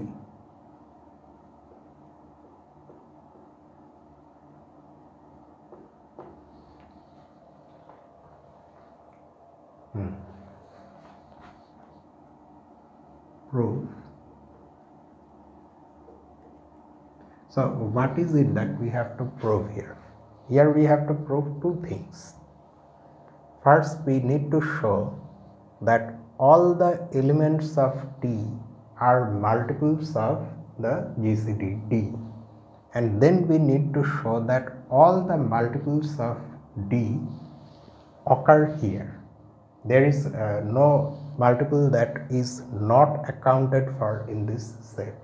This is the set of all multiples of D, positive, negative, everything. Okay, so let us first show that uh, here we have all the multiples of D. That is the easier one. Actually both of them are easy. Let's just go through the proof.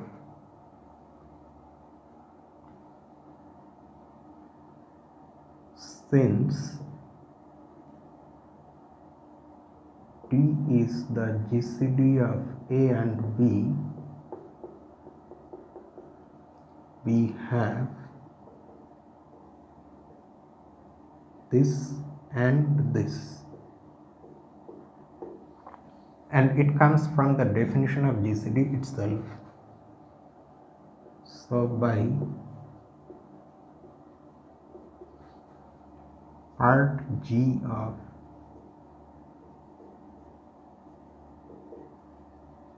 theorem 2.2, D divides AX plus BY for all integers X and Y. That is,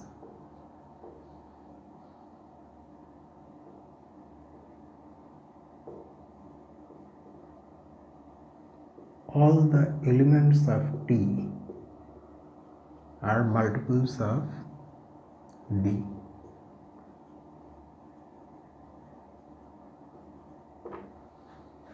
Okay, so this part is actually relatively easier than the other one, because here we had to use only this elementary theorem and the definition of GCD. Okay, now we prove the converse. Let n be any integer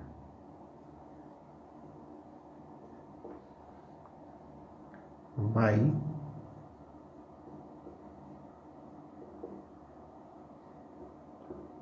theorem 2.3. There exist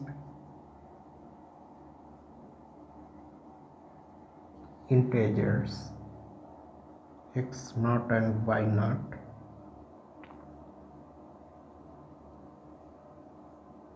such that the GCD of A and B, which is D, is ax naught plus by naught. And the reason we chose an arbitrary integer here is to make an arbitrary multiple of D. Then, and that arbitrary multiple is nd. nd is equal to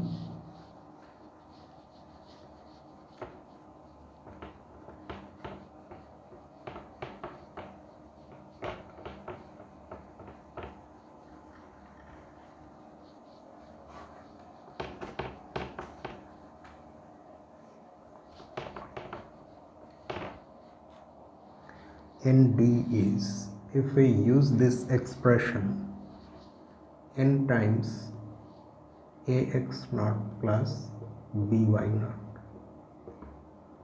So you can see that this is again a linear combination of a and b. A times nx naught plus b times ny naught, which clearly belongs to t, because nx naught and ny naught are also some integers. Thus,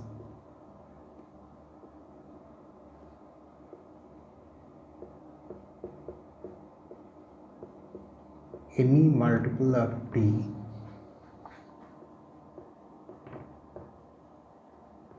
belongs to t.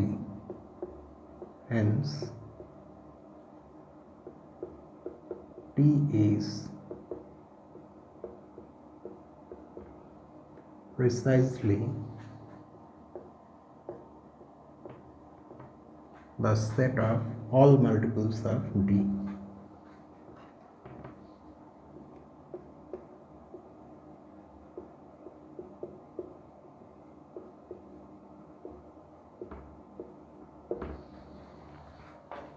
So here we have used this expressibility of the GCD of A and B as a linear combination of A and B in the proof, and we will see this thing being used again and again in proving many other things. So that's why I said that this theorem 2.3 is sort of, it says something very fundamental about the GCD. Okay, now next, it may happen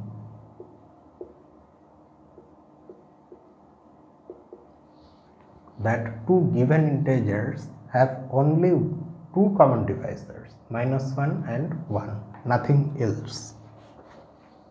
That 1 and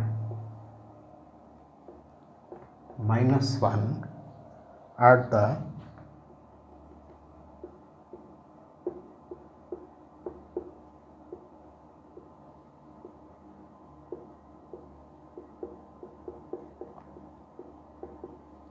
only common divisors of A and B. For example, and in that case, clearly by our definition of GCD,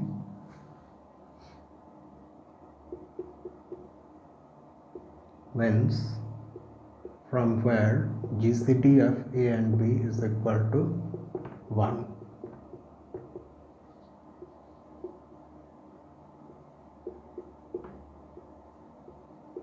For example, we can make examples, but things are given here.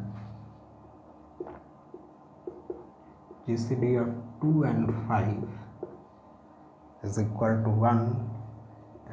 Since all of them are going to be 1, we can write them as a series of inequalities. -9 and 16,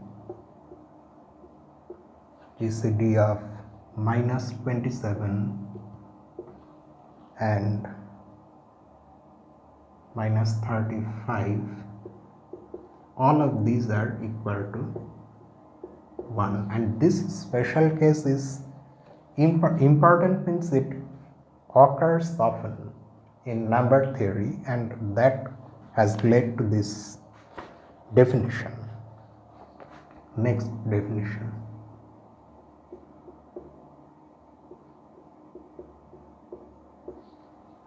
Definition 2.3.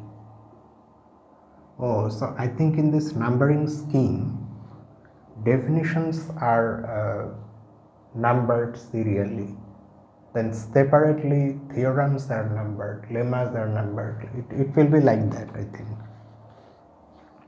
Two integers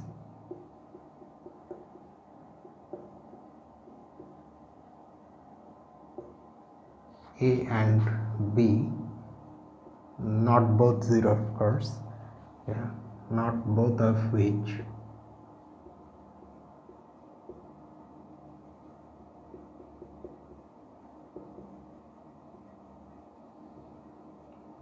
are 0,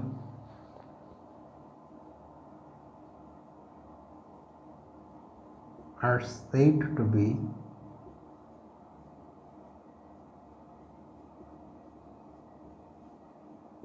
relatively prime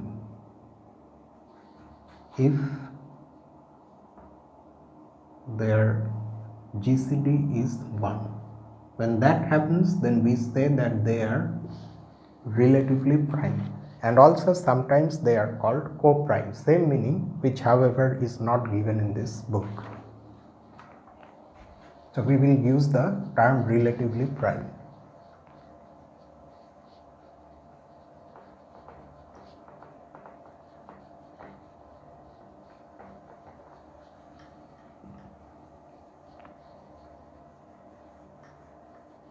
Now, using theorem 2.2 and that linear combination expression for the GCD of two numbers, we can give a necessary and sufficient condition for two integers to be relatively prime. That is the next theorem.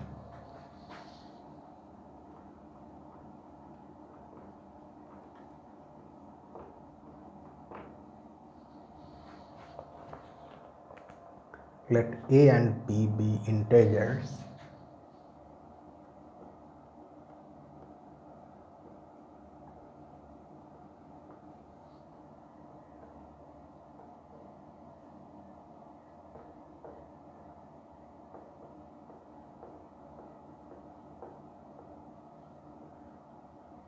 not both 0. Okay, then a and b are relatively prime if and only if they are yes. Then a and b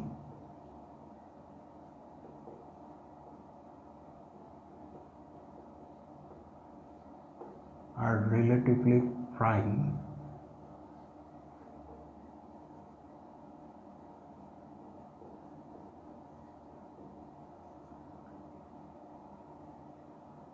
if and only if there exist integers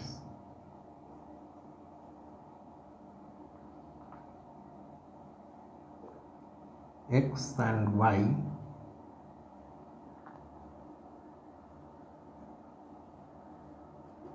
such that ax plus by is equal to 1. Okay, let's see the proof. So here we have to prove two things. If GCD is 1, then this, which is very easy, as you can probably see, and also the converse is true. So let's prove the easier one first. Assume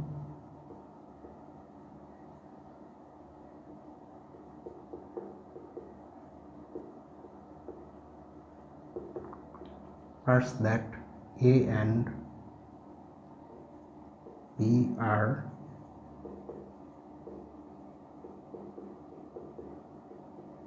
relatively prime.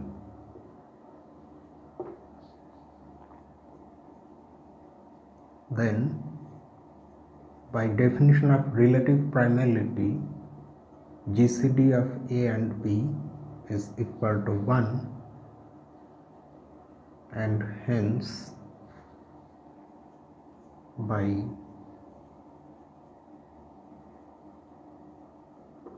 Theorem 2.2 there exist integers x and y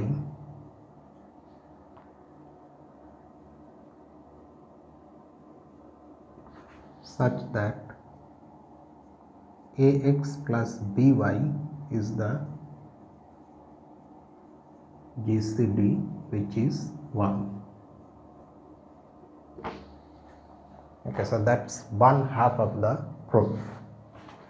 Conversely,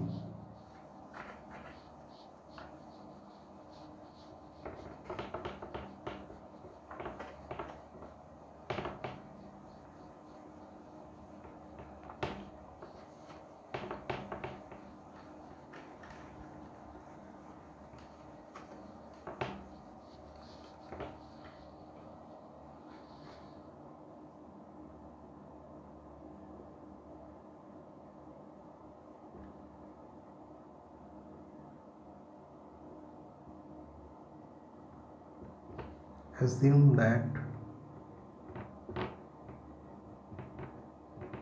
there exist integers x and y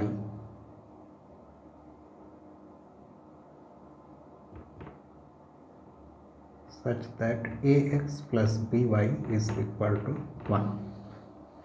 Now we need to prove that the GCD is 1. Let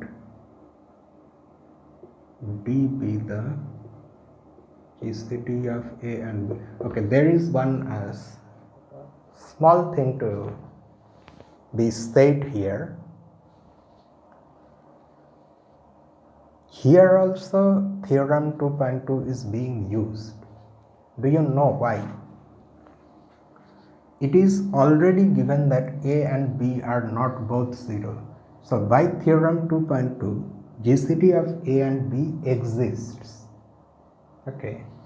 So existence of GCD allows us to consider it in the first place. So let D be this. Since D divides A and D divides B,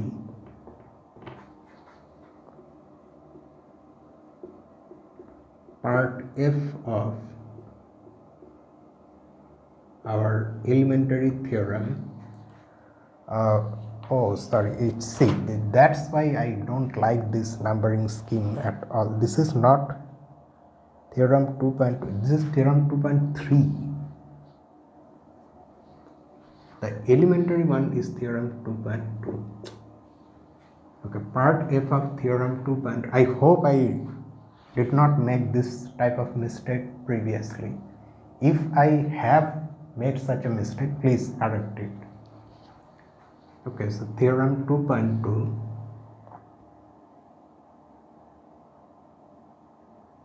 implies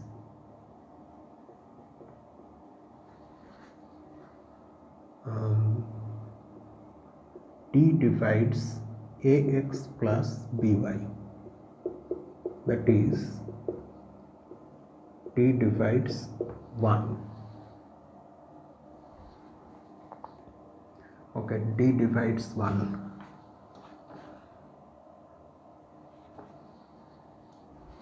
I want to be rigorous about this since we are mentioning this part, so why not here also? Since D is positive, part B of that same theorem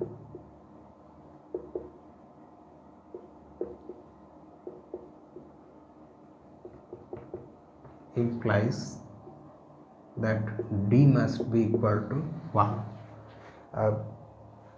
Do you recall what we have used here? D divides 1 implies D is either plus 1 or minus 1. That is part B of theorem 2.2.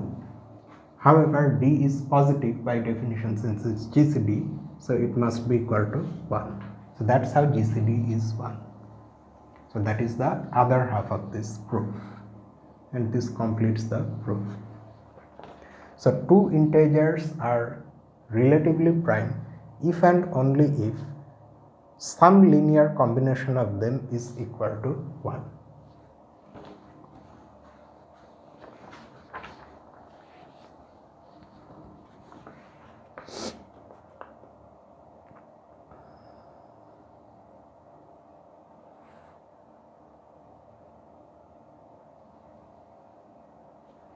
Okay, now this theorem has its own corollaries, which are also useful sometimes.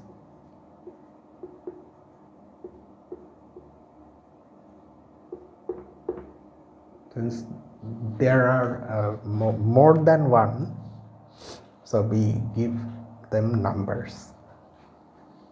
If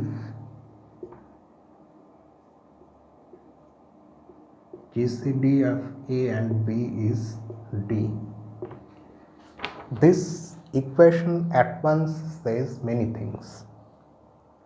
It first says that A and B are integers, not both of which are 0, so that GCD exists, and the GCD itself is also an integer, of course. If this is the case, then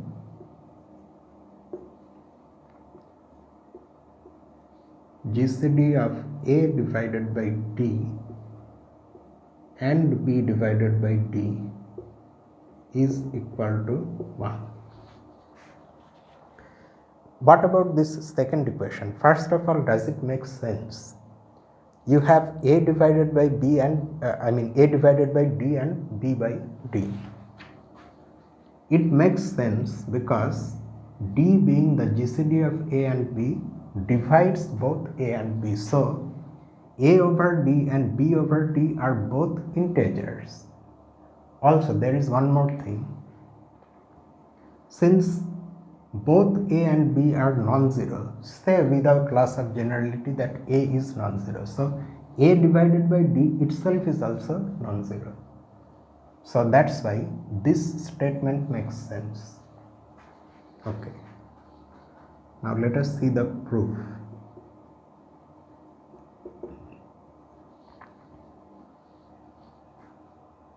We will, of course, since it's a corollary to this theorem, so we will be using this one, but still the beginning is, it comes from our central theorem, theorem 2.3.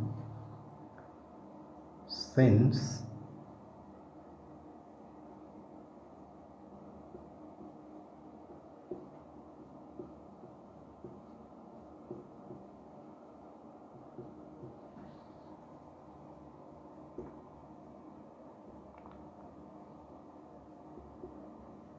implies t is equal to ax plus by for some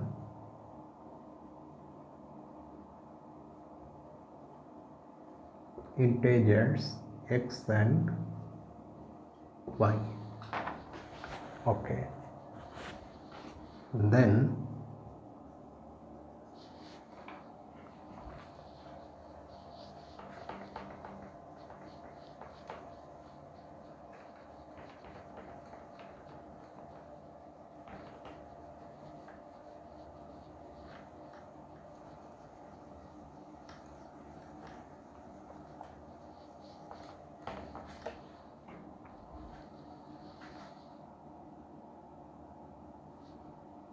one is equal to a divided by d times x plus b divided by d times y. Note that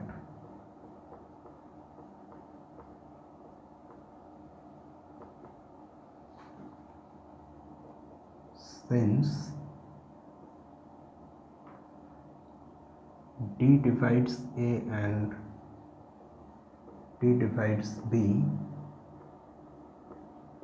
both a over d and b over d are integers. Also, since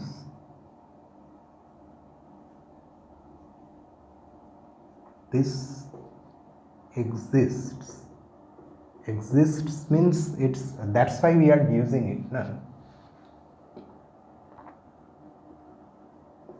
Not both a and b are 0, and so not both of these are 0.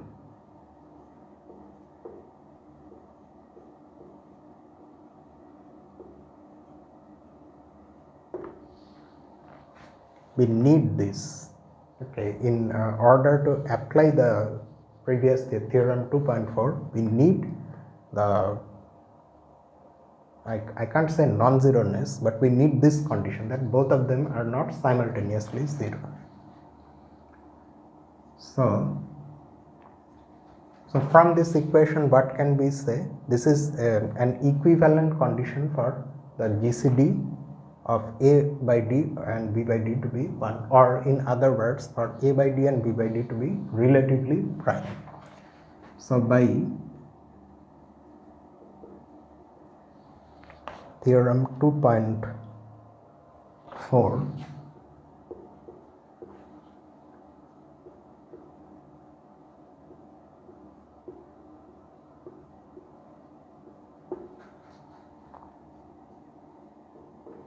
you can interpret this result like this.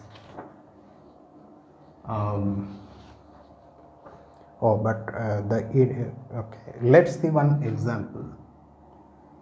In that example itself, I will tell you about that interpretation. note that we have already seen this GCD of minus 12 and 30 is 6, and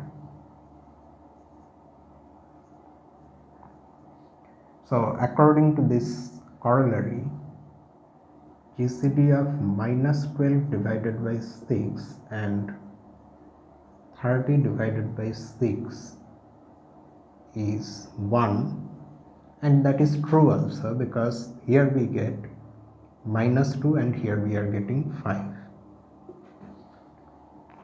And the interpretation is this: the GCD is the greatest common divisor. If you somehow remove that part from the integers, somehow means by dividing by that. When you are dividing minus 12 by 6, you are taking those things out, so they are gone.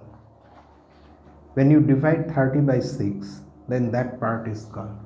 So whatever is left, they don't have any common divisors other than 1, because the non-trivial common divisors are already gone with 6. In that way, somewhat vaguely, you can interpret this result, and this interpretation will be important when we see that GCD and also LCM are related to prime factorization. Okay, we will see those things. So this is corollary 1. Okay, there are not many things left. Can we complete it here itself? I mean, in this video itself, can we see all the results, so that in the next part we can start solving the exercises.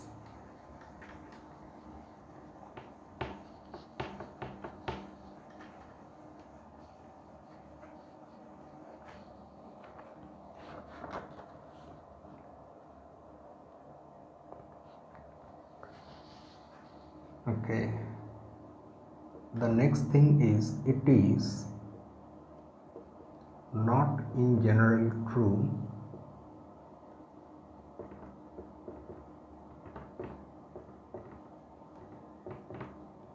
that A dividing B, and or let us write C here, and B dividing C imply that AB divides C. For example,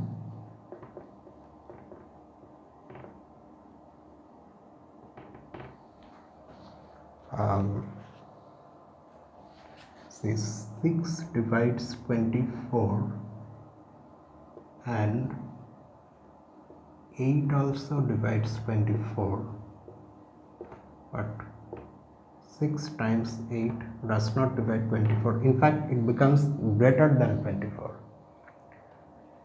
So that means something else should also be imposed on, say, the integers a, b and c, so that these two things will imply that AB also divides C under that extra hypothesis, extra imposition of some sort of condition. And there comes the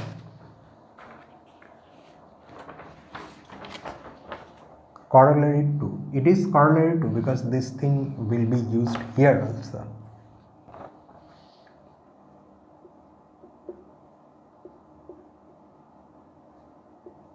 And that extra condition that one must impose says that GCD of A and B is 1. If that is also there, then AB will divide C. If A divides C and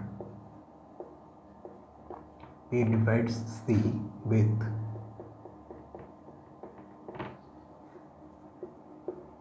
GCD of A and B equal to 1, then AB divides C. Okay, it's not solution, it's proof.